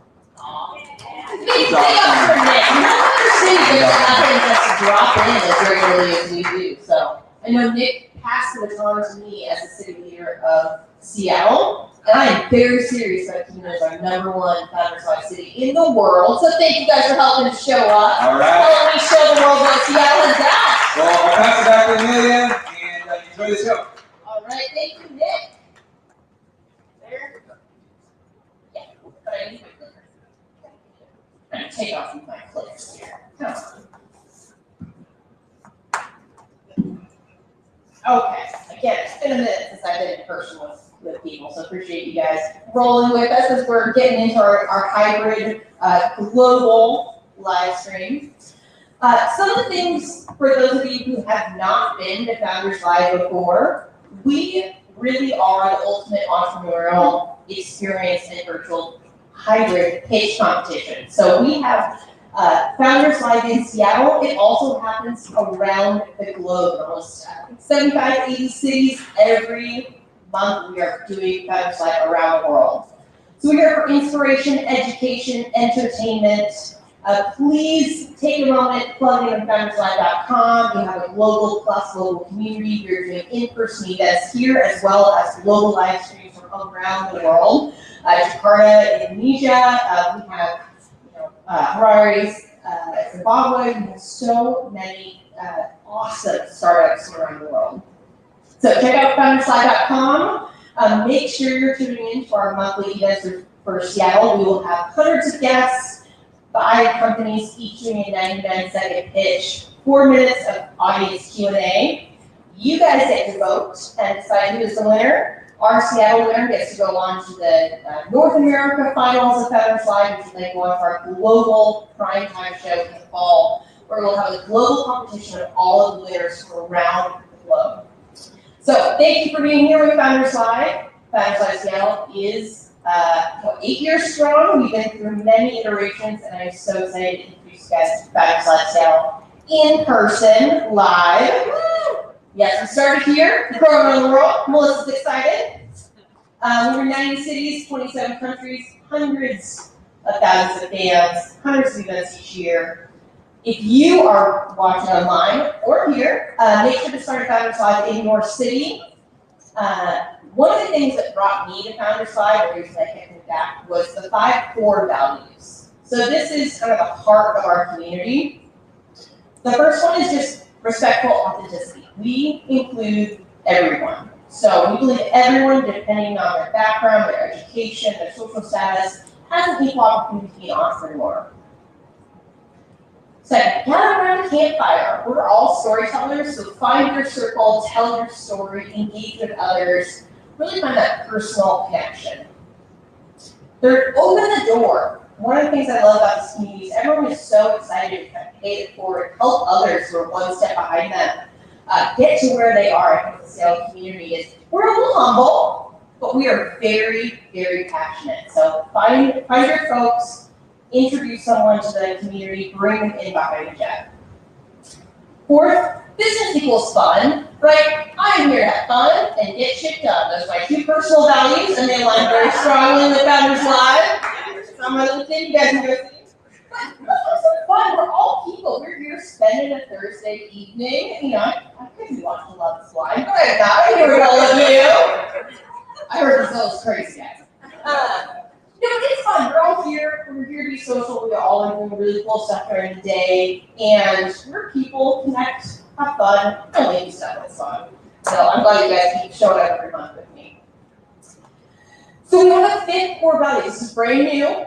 First month, hot off the presses. Climate consciousness. Founders Live is really taking the stand globally and locally around committing to climate consciousness. So we're measuring our carbon footprint and encouraging others to do the same. So please, let's all, we got a beautiful subway line coming to Seattle. Do what you can in your own personal life as well as in your company. So thank you all for being here. We got to give a quick shout out to all of our sponsors who make this possible. Again, we could not do this without the folks who invest in our community. So first, big thank you to the collective. Alex and her team are awesome. Please get your day pass here. Every time I come to the collective, I run into at least 3 people who I've been meaning to see and have not gotten into my normal circle. So this is a great place to hang. Get your day pass. It's a lot of fun. Second, we want to give a huge shout out to Snoqualmie Casino is one of our favorite sponsors. Michael Ross, Snoqualmie Tribe representative, is here as one of our interns, so we're really grateful to have them. Snoqualmie Casino is a huge supporter of startups in the Seattle area. They are doing awesome live in-person events. I've been saying this for a minute, but I still want to have some sort of sleepover Founders Live weekend at Snoqualmie. It's coming, guys. We're going to do it. So thank you to Snoqualmie and all their support for us. One of our longest sponsors is now CFO. Maureen, I know Maureen's here. Morgan just stepped out. If you guys don't know now CFO, they are the most fun financial folks you will ever come across. They're kind of a plug and play CFO. Anything financial need for your startup, don't quite have enough funding or enough revenue for a full-time CFO, check them out. They have been working with Founders Live and Nick for several years and are a great support of our community. So Bill is their CFO of now CFO, or CEO of now CFO, and Morgan's around. Check her out. Next, we're going to give a huge shout out to WTIA, Nick Ellison. Thanks for being here. What's up, Founders Live? How's it going? Okay. So big ups again to Amelia and Nick one more time for actually getting inside of our houses. Hey everyone, I'm Nick. I'm with the Washington Technology Industry Association, WTIA. Our goal is to build a strong, sustainable tech sector and a thriving community. That means we support tech companies in Washington, in the region, nationally, and internationally. And so for you all, our goal is basically to provide stage-appropriate resources. I know we've worked with a ton of you, so if I get a show of hands, like cohort members, WTIA members, shout out. Nice, love that. So come back to me if you need help with anything. We do everything from introductions to health insurance, product discounts. We run a bunch of different accelerators. Koki there in the back, new to our team. He's the one who actually runs business cards, so between the two of us, he's the more responsible one. But yeah, if you need help with anything, really come talk with us. I mean, we have a big network, and especially virtually these days, it's hard to meet folks. So if you're a first-time founder and need help, I like making new friends. So yeah, good luck to everyone tonight, and excited for the after party. Thank you, Nick. Thank you, WTIA. All of our presenters tonight are getting a complimentary membership to the WTIA Startup Club. They're awesome. Nick is the best. We have Nick Hughes, the founder. We have Nick Ellingson, WTIA. And then we have Nick Amar, Will and Way, our newest but not least Nick. Of course, Will and Way is one of our favorite new sponsors. Nick, tell us all about it. Thanks so much, Amelia. So glad to be in person with everybody. We wait for this kind of thing, and I'm so glad it's back. So yes, I'm Nick Amar, founder and creative director of Will and Way, a content marketing automation, and digital advertising agency. We specialize in founders and growing brands like the good folks who are on stage today. Many who we've already had the pleasure of speaking with. You guys are going to love them. And anybody who's in the audience, we're happy to extend the offer of free consultation to you guys too. We just love to chat, solve your problems, hopefully. And anyone who is presenting, I encourage you guys to come out and sign up to present, because you get from us, from our sponsorship, a free graphic design project to kind of wet your whistle, learn a little bit about what we do and how we work, and help you guys grow and thrive. So please, yeah, thanks so much. Awesome. Thank you so much, Nick. Thank you all for being a new sponsor. They are doing just marketing A to Z, whatever you need, and offering a free graphic design to all of our presenters today. Morgan just went and got a new glass of wine. Oh my gosh, you're so sweet. You want to come say hi, Morgan? I'll steal your wine later. Please do. So Morgan is with Now CFO. Why are you guys the most fun financial folks to hang out with?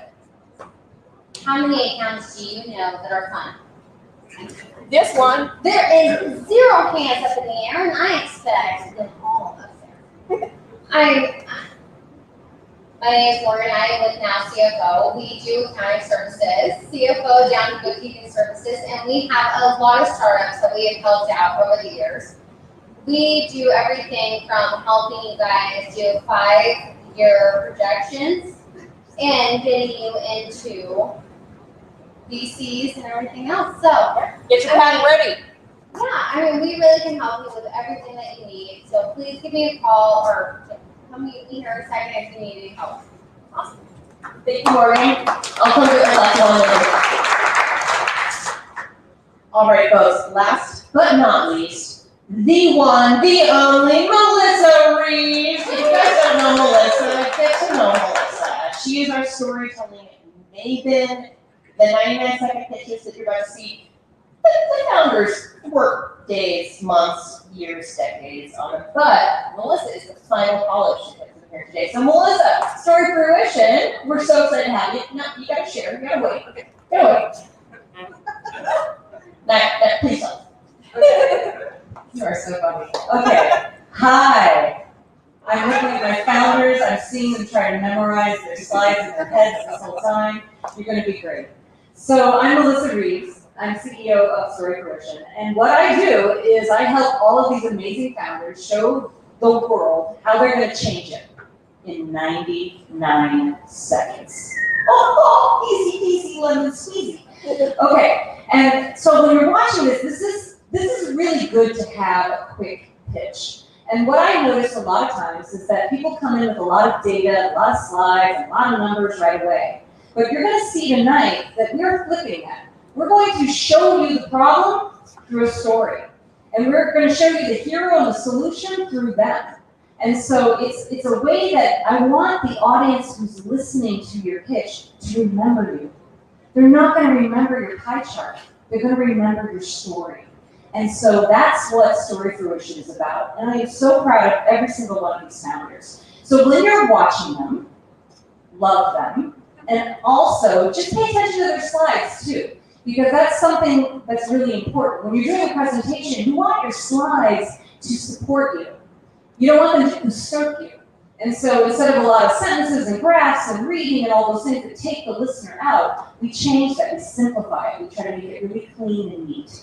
So good luck to every single one of the founders. You're all winners to me. You have no idea what Founders Live can do. We have seen so many people that have taken their pitches, put them out on the net, and have reached hundreds of thousands and even over millions of dollars in funding.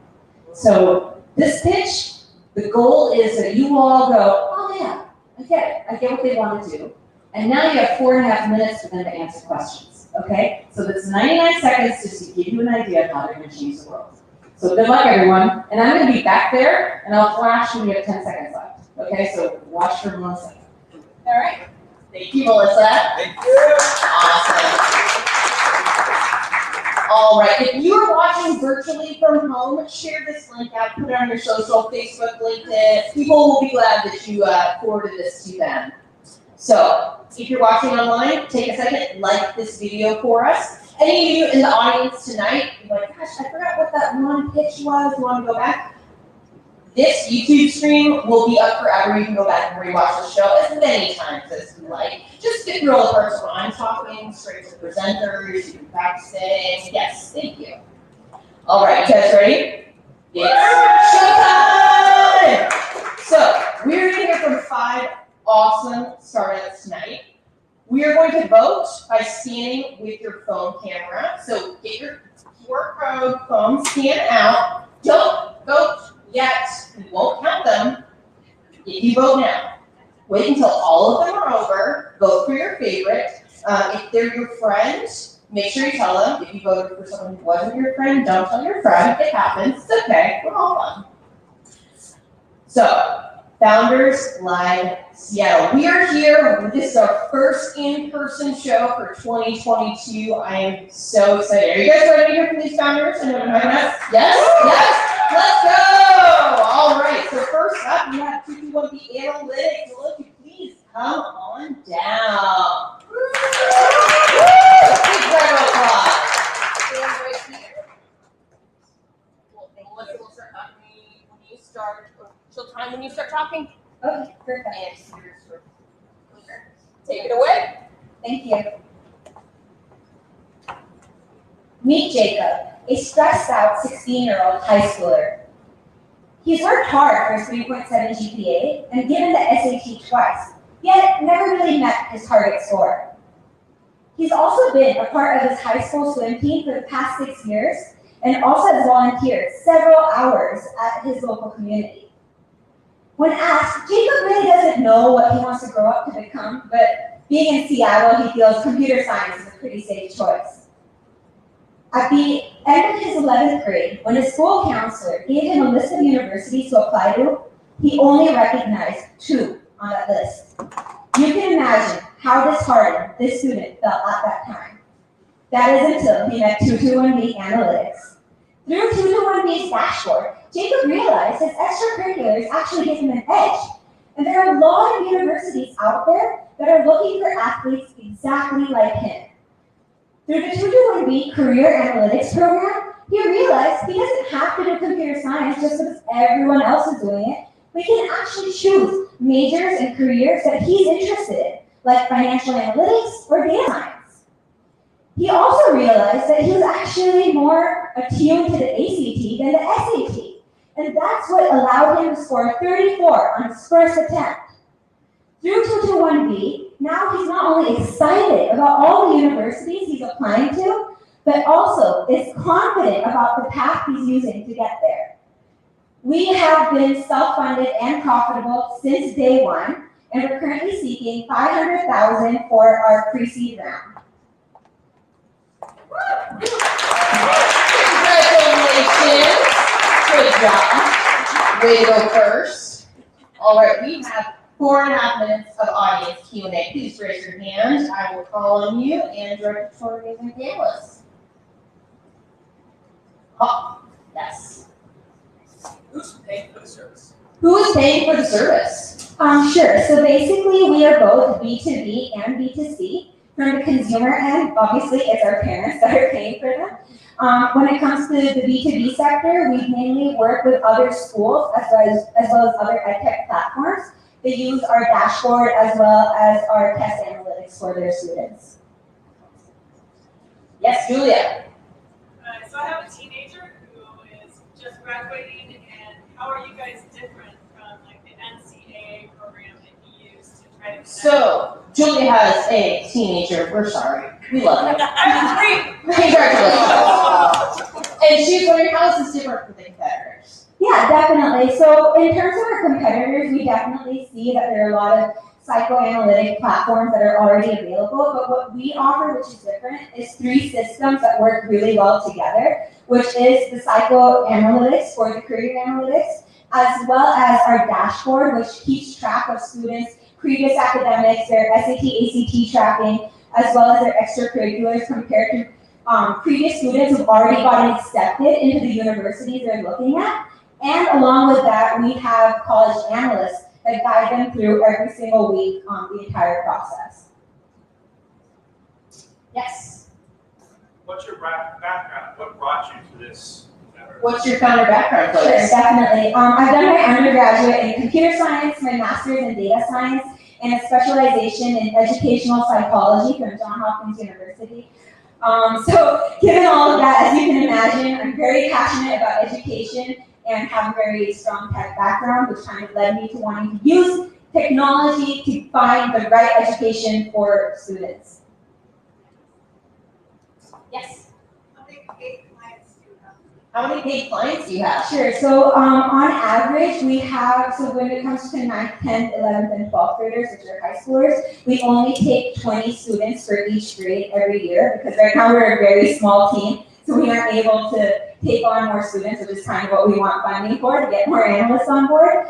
And when it comes to different corporate partnerships, we have around 10 to 11. So, I'm gonna hop in here, I have the mic. What is your plans for at scale? Sure, definitely. So currently we have teams in Seattle and Mumbai in terms of our education analysts. We are hoping to be able to create a training model and get more education analysts on board in multiple cities. That's one aspect of it. The second aspect of it is our dashboard is now a service that we're providing to schools and other edtech corporations along with our test analytics. So that's kind of how we're scaling and reaching to a large audience of people. Yes, Scott. How much of the process is automated versus the actual work of the analysts? How much is automated versus work of the analysts? Sure, so the tests especially are, I would say 80% to 85% fully automated. The only part where the analyst really comes in hand is the inferences, which is, you can't expect a computer to do that, as well as sometimes going through the test with the customer and just making them understand what the results mean. Apart from that, that's completely automated. And our data analytics on our dashboard is fully automated as well. Awesome. Last question. What percentage of revenue is coming from universities and schools versus individuals? What percentage of revenue is coming from individuals versus schools? Great. That's a great question. At this stage, we are 70% from individuals and 30% from our B2B, but we are hoping to upscale that this year. Great. Well, thank you so much, Rachel. Everyone, thank you. Huge round of applause. Awesome.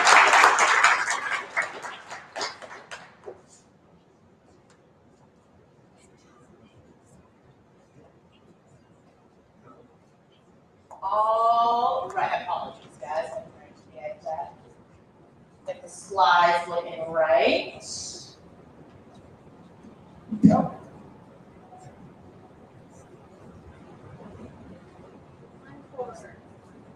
Give me one second. Okay, here we go. Up next, we have It's Trendy, the future of sustainable shopping. Please come on down. Yes.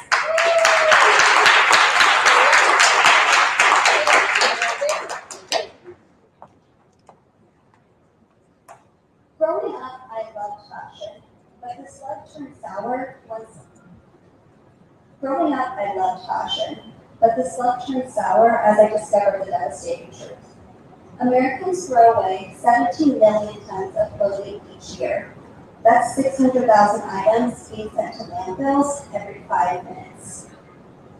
The current fashion industry greatly harms our environment, people, and animals.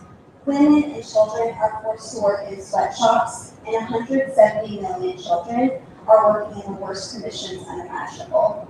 And see those adorable little foxes? They're about to be turned into a coat. But the good news is, 68% of Gen Z want to shop sustainable fashion only and are demanding transparency, which is where It's Trendy comes in. The first circular marketplace to shop from sustainable, transparent brands and sell unwanted items hanging in your closet. We tested our demo with our audience, and 96% said they would use It's Trendy to shop and sell sustainably. Our sustainable criteria guarantees every brand on our platform has been vetted to match the values for conscious consumers to shop confidently. And forget about donating your clothes, as 85% of donations end up in landfills. Instead, we sell your unwanted items and have a positive impact on the environment. My co-founder and I are the best team to bring this product to market. Our experience, expertise, and passion give us an unfair advantage. We're on a mission to make sustainable fashion trendy and are looking for investors to help us lead and scale this place. Thank you. Awesome. Great job, Amber. Thank you so much. All right. What questions do you have for Amber and it's trendy? Yes. What makes you different from ThredUp? What makes you different from ThredUp? So I would say ThredUp is quite different from us. Our closest competitor is actually Depop, which is a resale-only platform. Our target audience struggles with trusting Depop along with other vendors such as ThredUp because they frequently reward top sellers on our platform who intentionally sell unsustainable fashion, and they also promote unsustainable brands. This has caused really a lot of confusion and frustration with conscious consumers as they feel Depop and other similar marketplaces have had highly deceptive marketing and messaging.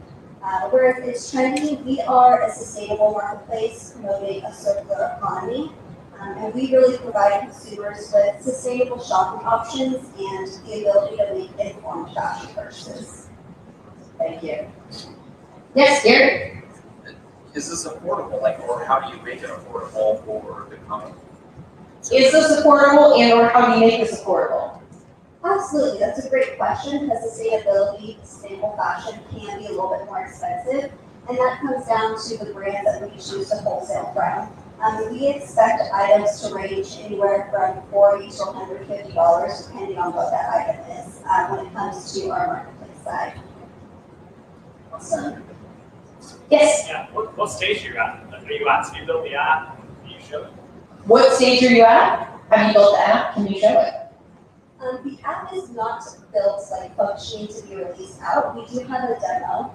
We're not currently in market, but we exited an accelerator late last year where we validated our marketplace and really saw a high response. And throughout our demo, we conducted a series of user studies where we found almost all respondents said that they would use It's Trendy over other current competitors in the space to shop and sell sustainably. Yes? To clarify, are you a wholesaler, and if so, are you holding the inventory or are you drop shipping with the wholesaler? Are you a wholesaler, are you holding the inventory, or are you drop shipping? Partly we do wholesale, yes. So we have a two-sided business model. On one side of our business model, we wholesale directly from sustainable brands. And on the other side, we have a second-hand feature, which allows sellers to be in complete control of their shop, and they're responsible for fulfilling those orders. Any other questions? I have one question. What funding or financing do you need to get to the next level? What's your kind of current round goals right now to get to it in market? Yes, so we recently opened our pre-seed round, and we're raising $600,000 to complete development, execute our go-to-market strategy, and really increase marketplace awareness. Any last questions for Amber with It's Trendy? Yes. How difficult is it to onboard new companies? How difficult is it to onboard new companies? Not difficult at all because we chose to go through wholesaling. If we would have been going more the second-hand side where we operate that way, which would have been onboarding brands, that would have been a bit more difficult. But since we are going the wholesale route, it's quite easy for us to get that inventory with those sustainable brands. Very much. I know I said one last, but Juliet, slide in real quick. So your second-hand stuff, is it also from sustainable people only, companies only, or is it any second? Is the second-hand from sustainable companies only or any second-hand? Any second-hand. And that's because I mean, a majority of items that have been produced in the fashion market, unfortunately, are not sustainable. And at this point, the most sustainable option moving forward is to keep those items out of landfill. So we do expect to have some unsustainable items on our secondhand side of things. Awesome. Well, thank you, Amber. Congratulations to the Trendy guys. That was great tips. Thank you.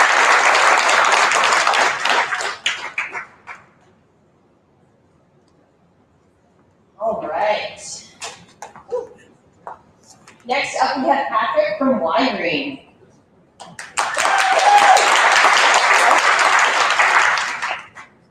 So imagine Steve, who just bought an EV, which is an electric vehicle. He's thinking about the sources of power for it, solar, wind, and batteries, but something's missing. Wyrene's app puts all the pieces together as a virtual power plant. Steve knows that renewables have some challenges. The sun doesn't always shine and the wind doesn't always blow.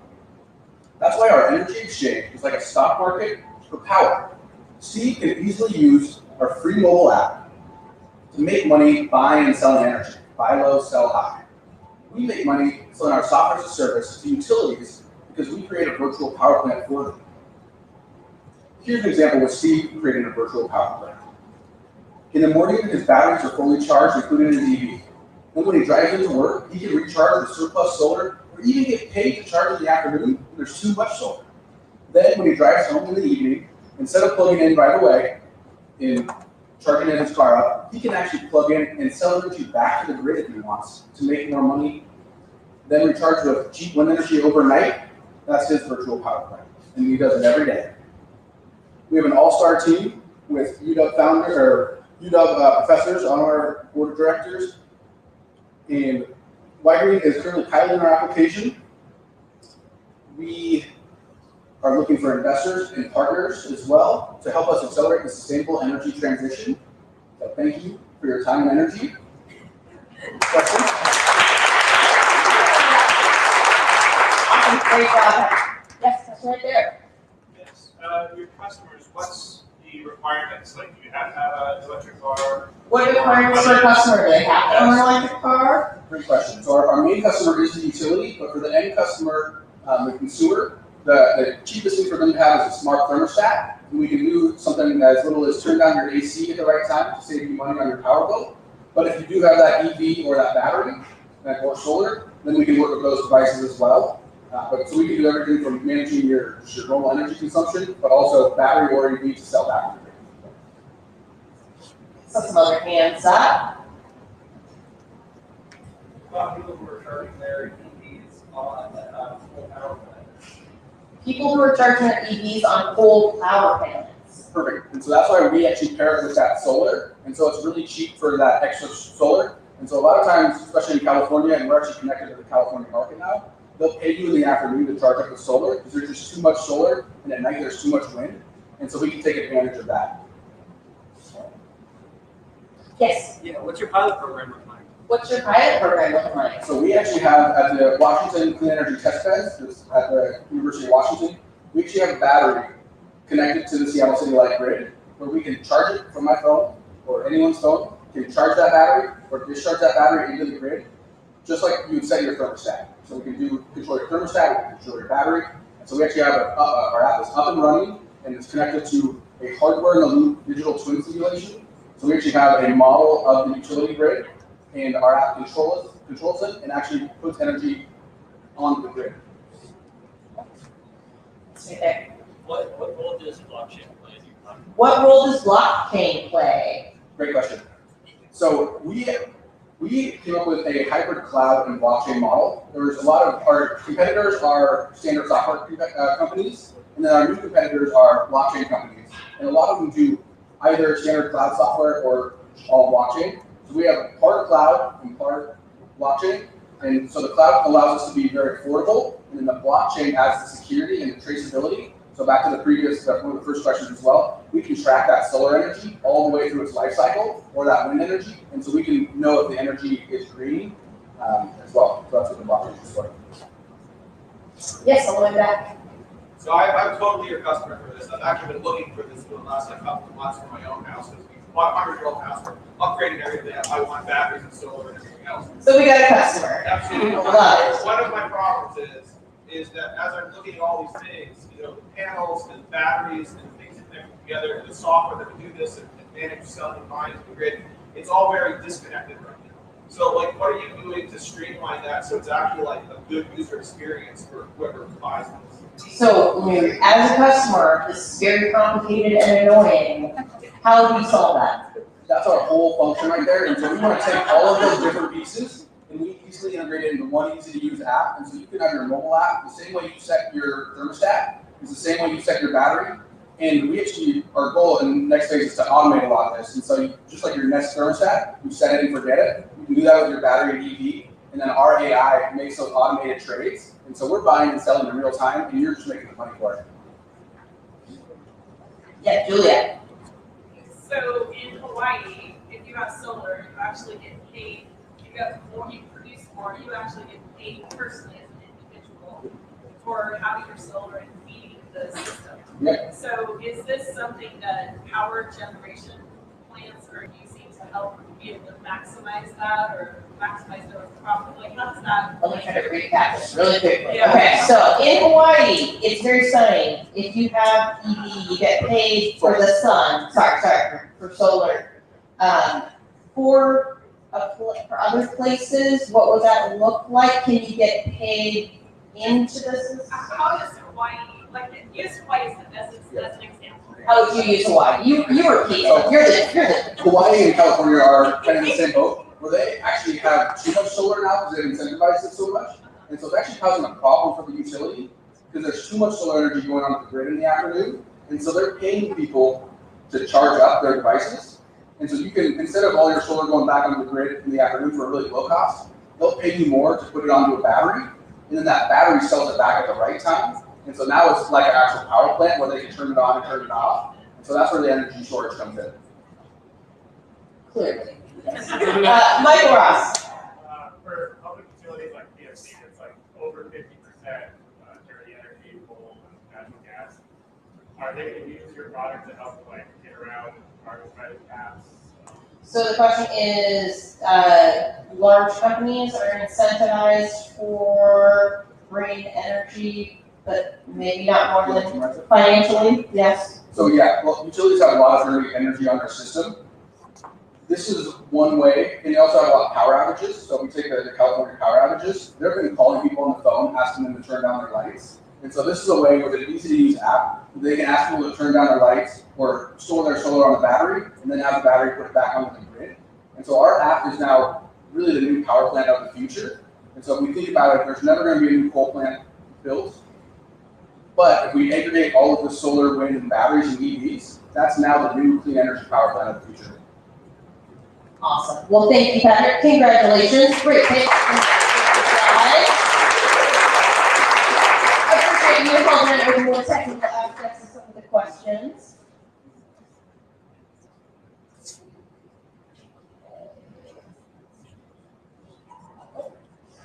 Okay, up next we have Jordan from Dewey's. Come on up.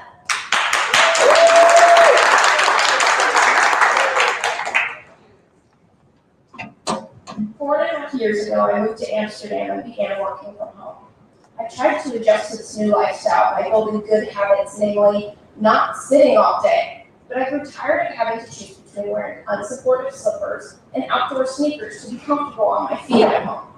I craved a stylish, supportive house shoe that still captured the coziness of a traditional slipper. Finding nothing with actual foot support and cool style, I decided to create it.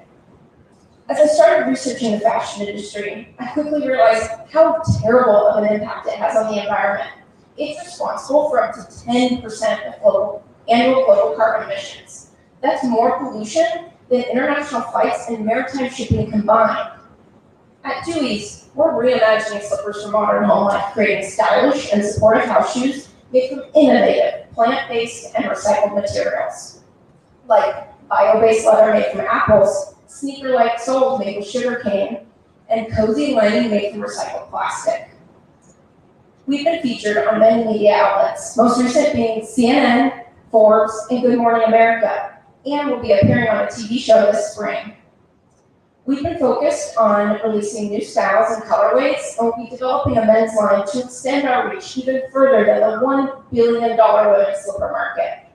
We're seeking both investors and advisors to help us build a brand that enables people to look good, feel good, and do good for the planet with every step. So join me in saying goodbye, or as the Dutch say, Dewey, to those old, floppy, unsupported slippers, and welcome yourself home with a pair of Deweys. Thank you.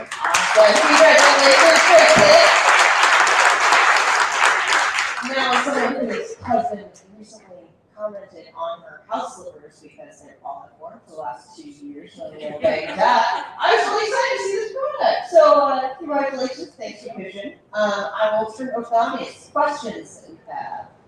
Yes. I will also be a customer for this. Also another customer. You gotta come every month. When will the men's line be ready? Hopefully by the end of the year, but we need some testers, so yeah. Okay, men's line will be here by the end of the year, but we need some testers. How do I send it? Okay, yeah. Love it, yeah. I have a question in terms of how do you differentiate yourself from Birdies? A very similar stylistic fashion. How do you differentiate from other similar styles of fashions? Well, did you mention Birdies? Okay, so they started as a slipper brand and then kind of lost that niche side and just became an everyday shoe outdoors. We are staying niche to indoor shoes, whether it's at home or at your office or whatever it may be. We are going to keep that as our core part of our business. We are also different that we are not only stylish, like we're looking at the map, we're sustainable. We're using plant-based and recycled materials. A lot of these other shoe brands may be using vegan, but they're not plant-based, they're not sustainably sourced and made. So that would be the main difference from a brand like that.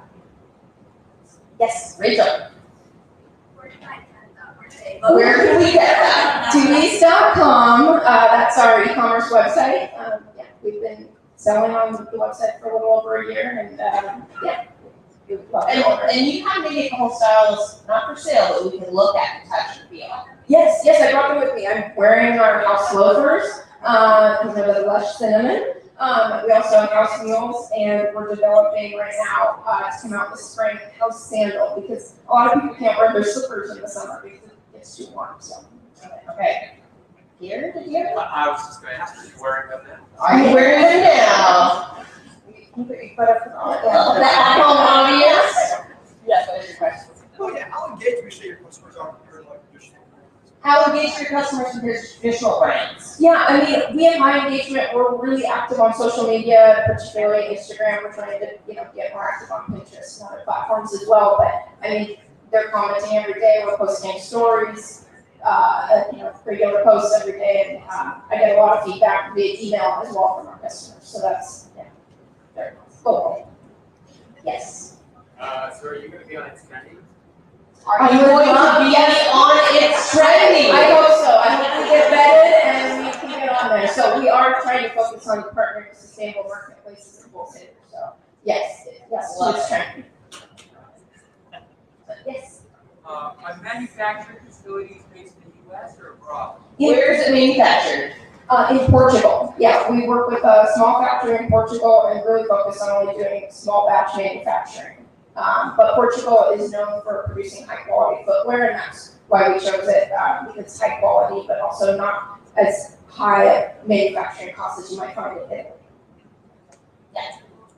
So, what is your current manufacturing capacity per units, and what's your goals for the current capacity and goals for manufacturing? Yeah, we have not even hit what the capacity is. Our partner can do like upwards of 20,000 shoes. We haven't come close to that, but there are a lot of other factories in this area that we can partner with and continue to grow with. So I'm not concerned at all about finding other partners so that we can, not have any cap or limit on our growth over the next few years. Who is making them? You said Portugal, but do they have ethical wages for where they live? Yes. Okay, Portugal, do they have ethical wages? Sorry, I gotta repeat it. Yes. Great question, and it's because it's so important. Just as part of the sustainable materials is the ethical manufacturing, fair wages, safe work environment. I was actually just there earlier this month, met a lot of the people who make our shoes. I'm really proud to be working with this factory. Time for like, couple hands up, 1 or 2 more, yes, okay. So as a former shoe salesman. Oh, okay, former shoe dog. How many, I really want to know how many pairs of shoes have you sold? How many pairs of shoes have you sold? We've sold over 450 pairs. 450 pairs. All right. Anyone else here a former shoe dog? No? Couple? It's good work. Okay, last one. Yes. I was wondering about your pricing strategy or your general price point target. Do you see yourself as D2C for a while, or are you omnichannel? Price point and direct customer or otherwise, what's your point? Yeah, so our price point is the same right now for both our house loafers and house wheels. It's $140. We are really focused on the D2C right now, but we are testing. Like I want to do pop-ups. I just had someone reach out to me today about retail shops in LA and New York. So I really want to test, but the primary focus for the next year or so is going to be D2C. Awesome. Well, thank you, Jordan. I'm going to seal that all in here. Yes. Huge round of applause for all of these founders tonight. Oh my God. I spend all day, every day, telling other people to be founders while I pull up paycheck and a 401k. So I am so inspired by all of you. I really am so impressed by everything you guys have put together. So next up, last but not least, we have Melinda from Proxy. Come on over. Hey, well, hi everyone. Meet June. She is planning an upcoming trip to Seattle. She's scouring blogs and Instagram and even watching videos on YouTube by traveling while Black in Seattle to find personal recommendations for her. And these personal guides are great, but they're really hard to use when you're planning or in situ. And that's because humans make decisions spatially. Deciding what to do is hard when you can't visualize what is around you. And so why isn't some of this trusted content presented in a more visual and spatial way? Well, mapping is really, really hard for everyday people and especially for content creators. That's why we created Proxy, which is the Canva of maps. On Proxy today, you can generate a map, add points, customize it, and share it in less than 5 minutes. And we are growing like crazy, capturing the 50 million map makers here in the US. Like Traveling While Black in Seattle, who put all of their guides onto an interactive map that they share on their social media regularly, and their followers can use when they come to Seattle. And making mapping for everyone opens up an opportunity to reimagine the way that we all move through the world. June will be able to land in Seattle and make decisions with these trusted, mapped, layered recommendations at her fingertips. So deciding where to go and what to do will look easier than ever. And we have the perfect team to do this. You can ask me about that in the questions. Wonderful. Great job, Melinda. All right, what questions do we have for Proxy? Yes. It's not clear to me if you're B2B, B2C, what your path to revenue is. B2B, B2C, other paths to revenue. Yep, we are B2B2C. We create a great solution for local experts and creators to present their maps in a more visual way for their consumers. Now, by creating maps on Proxy, we have paths to revenue around revenue sharing, affiliate linking, and analytics where the creators of the maps can better understand their consumers. Yes? So did you build a map from scratch or are you using any other methods? Are you building maps from scratch or are you building off of others? Yep, so our base layer is Google Maps API, although we built it to be map agnostic in case we need to move over. But everything on top of that, we have a really robust tech stack, Rust and TypeScript that is built on top of that. So everything on top of the base layer is us at Proxy. Michael, How are you different from Mapbox? how are you different from what was it? Mapbox. Mapbox. We're not an API. So today, if you want to create a map, it's really hard. You can either use Google My Maps, which is a free but inflexible solution, or you can use these really awesome mapping APIs like Mapbox and Google APIs. The problem with the APIs is that they're just not accessible to everyone. It's expensive and time consuming to create those maps. So that's why we call ourselves Canva of Maps. We're accessible to everyone, and we make it really easy for everyday people to make maps and customize them in a way that they can't do with Google My Maps. Yeah, here. What inspired your team to come up with the idea?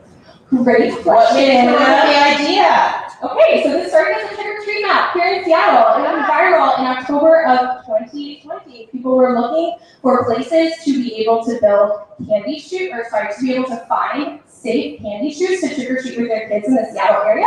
A little bit about my background. I'm a former U.S. intelligence professional, and I also have a PhD. I've done my PhD and almost done with it in human-centered design and social media here at the University of Washington.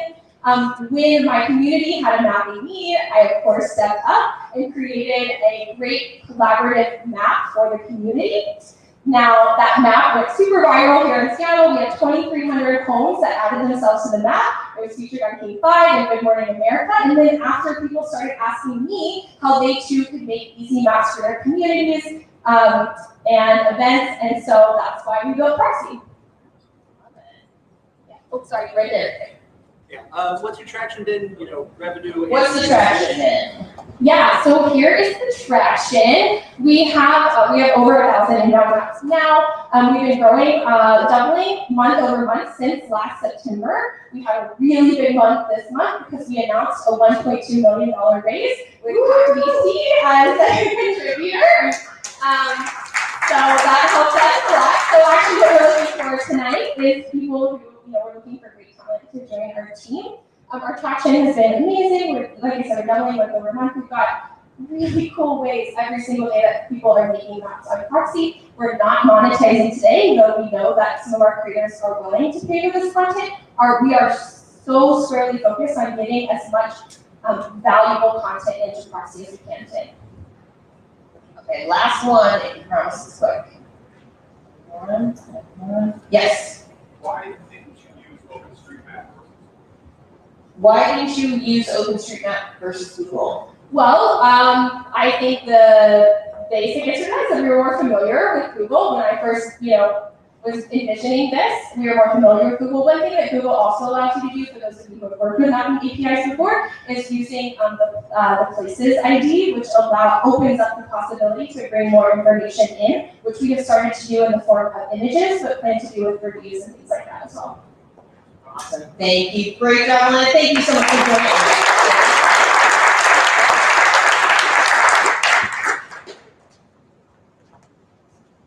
These founders are awesome. One more round of applause for these incredible local talents. Okay, I told you earlier not to vote because we want to count them. Votes are now open. We are counting them. Make sure to scan with your QR camera the voting link. It will be open for about 5 minutes. Go through, click whichever startup you think was the best.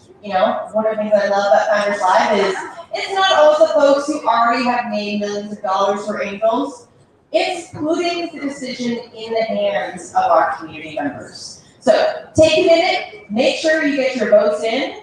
We will be back in, we'll say 5 minutes, 8:35. Get your votes in. Don't go too far because we'll announce the winner. After you vote, if you're real quick, then we'll get another drink at the bar. But we'll be back in 5 minutes to announce our winner. Thank you all for being here.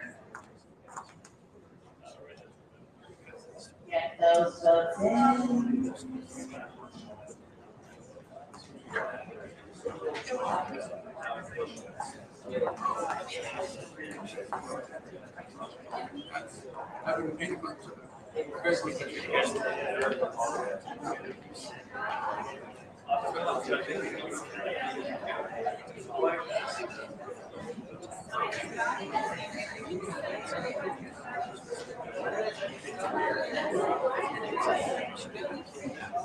Yeah, and then I know sales are pretty interesting. We've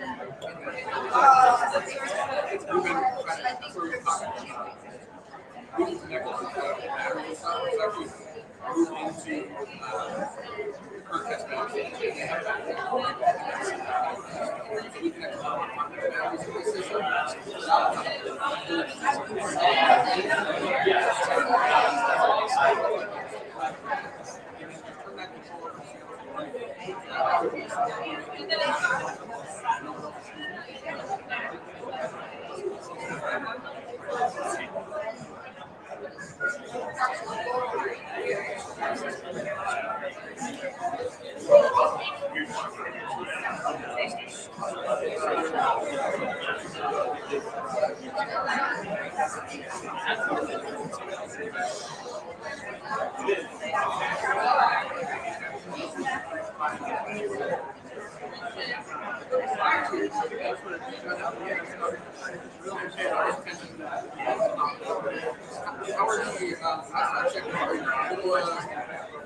Last year,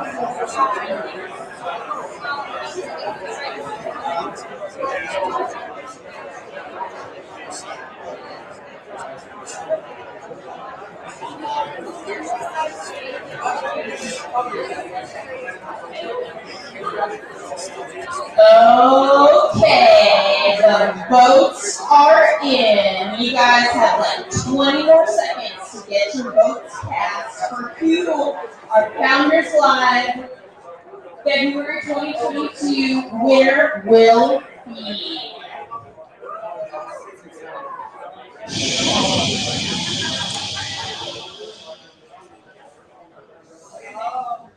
That is my favorite trick. I can say it out today.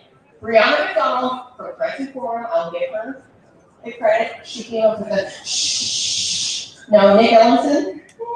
Okay. Next year, I'll believe it. Don't believe Nick Ellison. Okay. We did a little drum roll, get some drama going. And the winner is Dewey!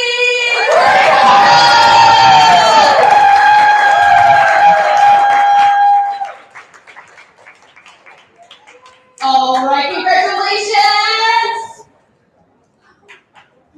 Thank you. My mom, my dad, my Skyward, Kevin, my father-in-law, yes, hi everybody.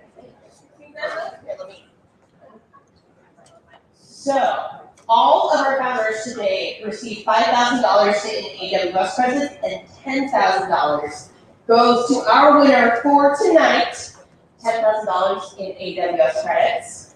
Google Cloud credits, $3,000 for all participants today. We have opportunities for you going to over hundreds of thousands of dollars in Google Cloud credits. Want to give a huge shout out to TriNet. They are an awesome partner for us. HR, staffing, enterprise solutions. They are your go-to. I want to say congratulations. Thank you so much. All our Founders Live Seattle winners have the chance to go on to compete at the Founders Live North America finals, and then from there it's the global finals in fall. So you guys come back, well, next month. Last Thursday of the month, put on your calendar, make sure to come back in the fall to vote for Dewey's and Jordan with the Seattle Founders Live winner. So congratulations. Thank you. All right, folks. Well, thank you for coming to Founders Live, the very first in-person event of 2022. I'm so excited to be here. I took over from Founders Live in fall 2020, so this is my second in-person event, and I think my 15th Founders Live, so I'm really excited for all of you to be here. Thanks everyone. Thank you to Ken, the backbenchers, so glad to have you here. Stick around, we're going to be in this room with the bar open for probably another 20 minutes, and then we're probably going to head over to Sam's for an after party. So stick around, join us at the after party. When's the next event? When's the next event? March 31st, 3/31, last Thursday of the month. Join us. Thanks all for coming to Founders Live. Really excited to have you. Gotta have a laugh story here. I just want to say thank you all so much. It's so good to be back in the room and to see your faces, whether masked or not, and it's just great to be here. I want to recognize a few people before we get off the stage. I want to say awesome job. Thank you, Luis. Luis Antizana has pretty much officially joined the team, and you know, long time coming, but the things that you will see rolling out over time in the next 3-6 months. Stand here. Luis has just been incredible. So give it up. The strategy, the membership, the community that we're building, he has been tremendous in help. So thank you so much. And then Gary, we got Gary Malcolm here. Come on. Gary with Peak Road Coaching, and Gary is providing tremendous amount of content, leadership, coaching. He's helped me through some pretty difficult times. Nah, it's easy. I mean, some tears on the phone, and I'll be honest. So he's helped me through, and definitely connect with Gary. Melissa, thank you so much. Come here. It's a group hug now, apparently. But Melissa, come here. We're a fun group. Come join us. Melissa, as you can see, these pitches are incredible, and you know, I'm sure that they're good when they reach her, but when they leave her, they're even better. It's so much better. It's not even. Yeah, so much better. So, Story Fruition, thank you so much, and everyone here. It's so good to see you again. And hey, let's just make the new habit once a month. Come hang out with our life. Thank you.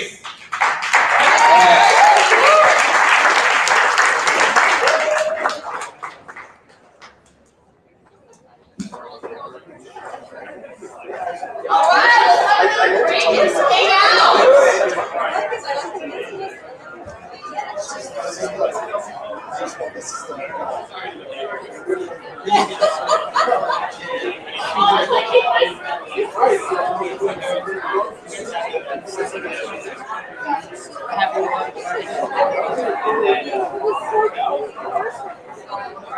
And it's last call at this bar, so if you need one more drink, they're closing up in 15 minutes on this side, just for drinks.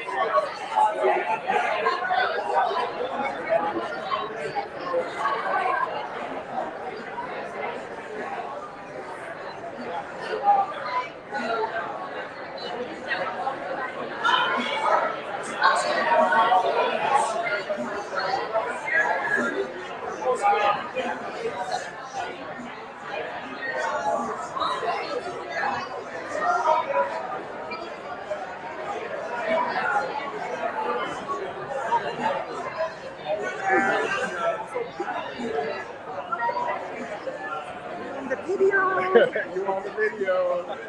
Good job, Alicia. Thank you. Hey, thanks.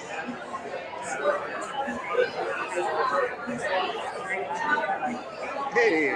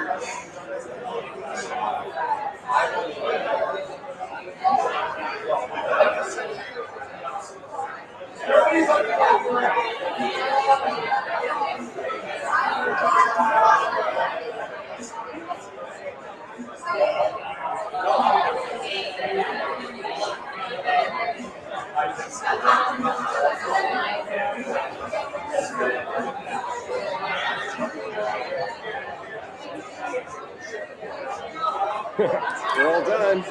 We're gonna cut it. Yeah. Once we turn off this broadcast, we're live to the world there. We are. This is our control room. This is behind the scenes.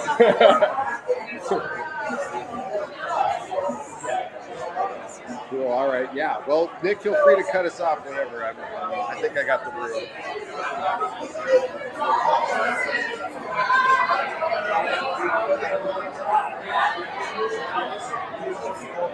The sage camera setup.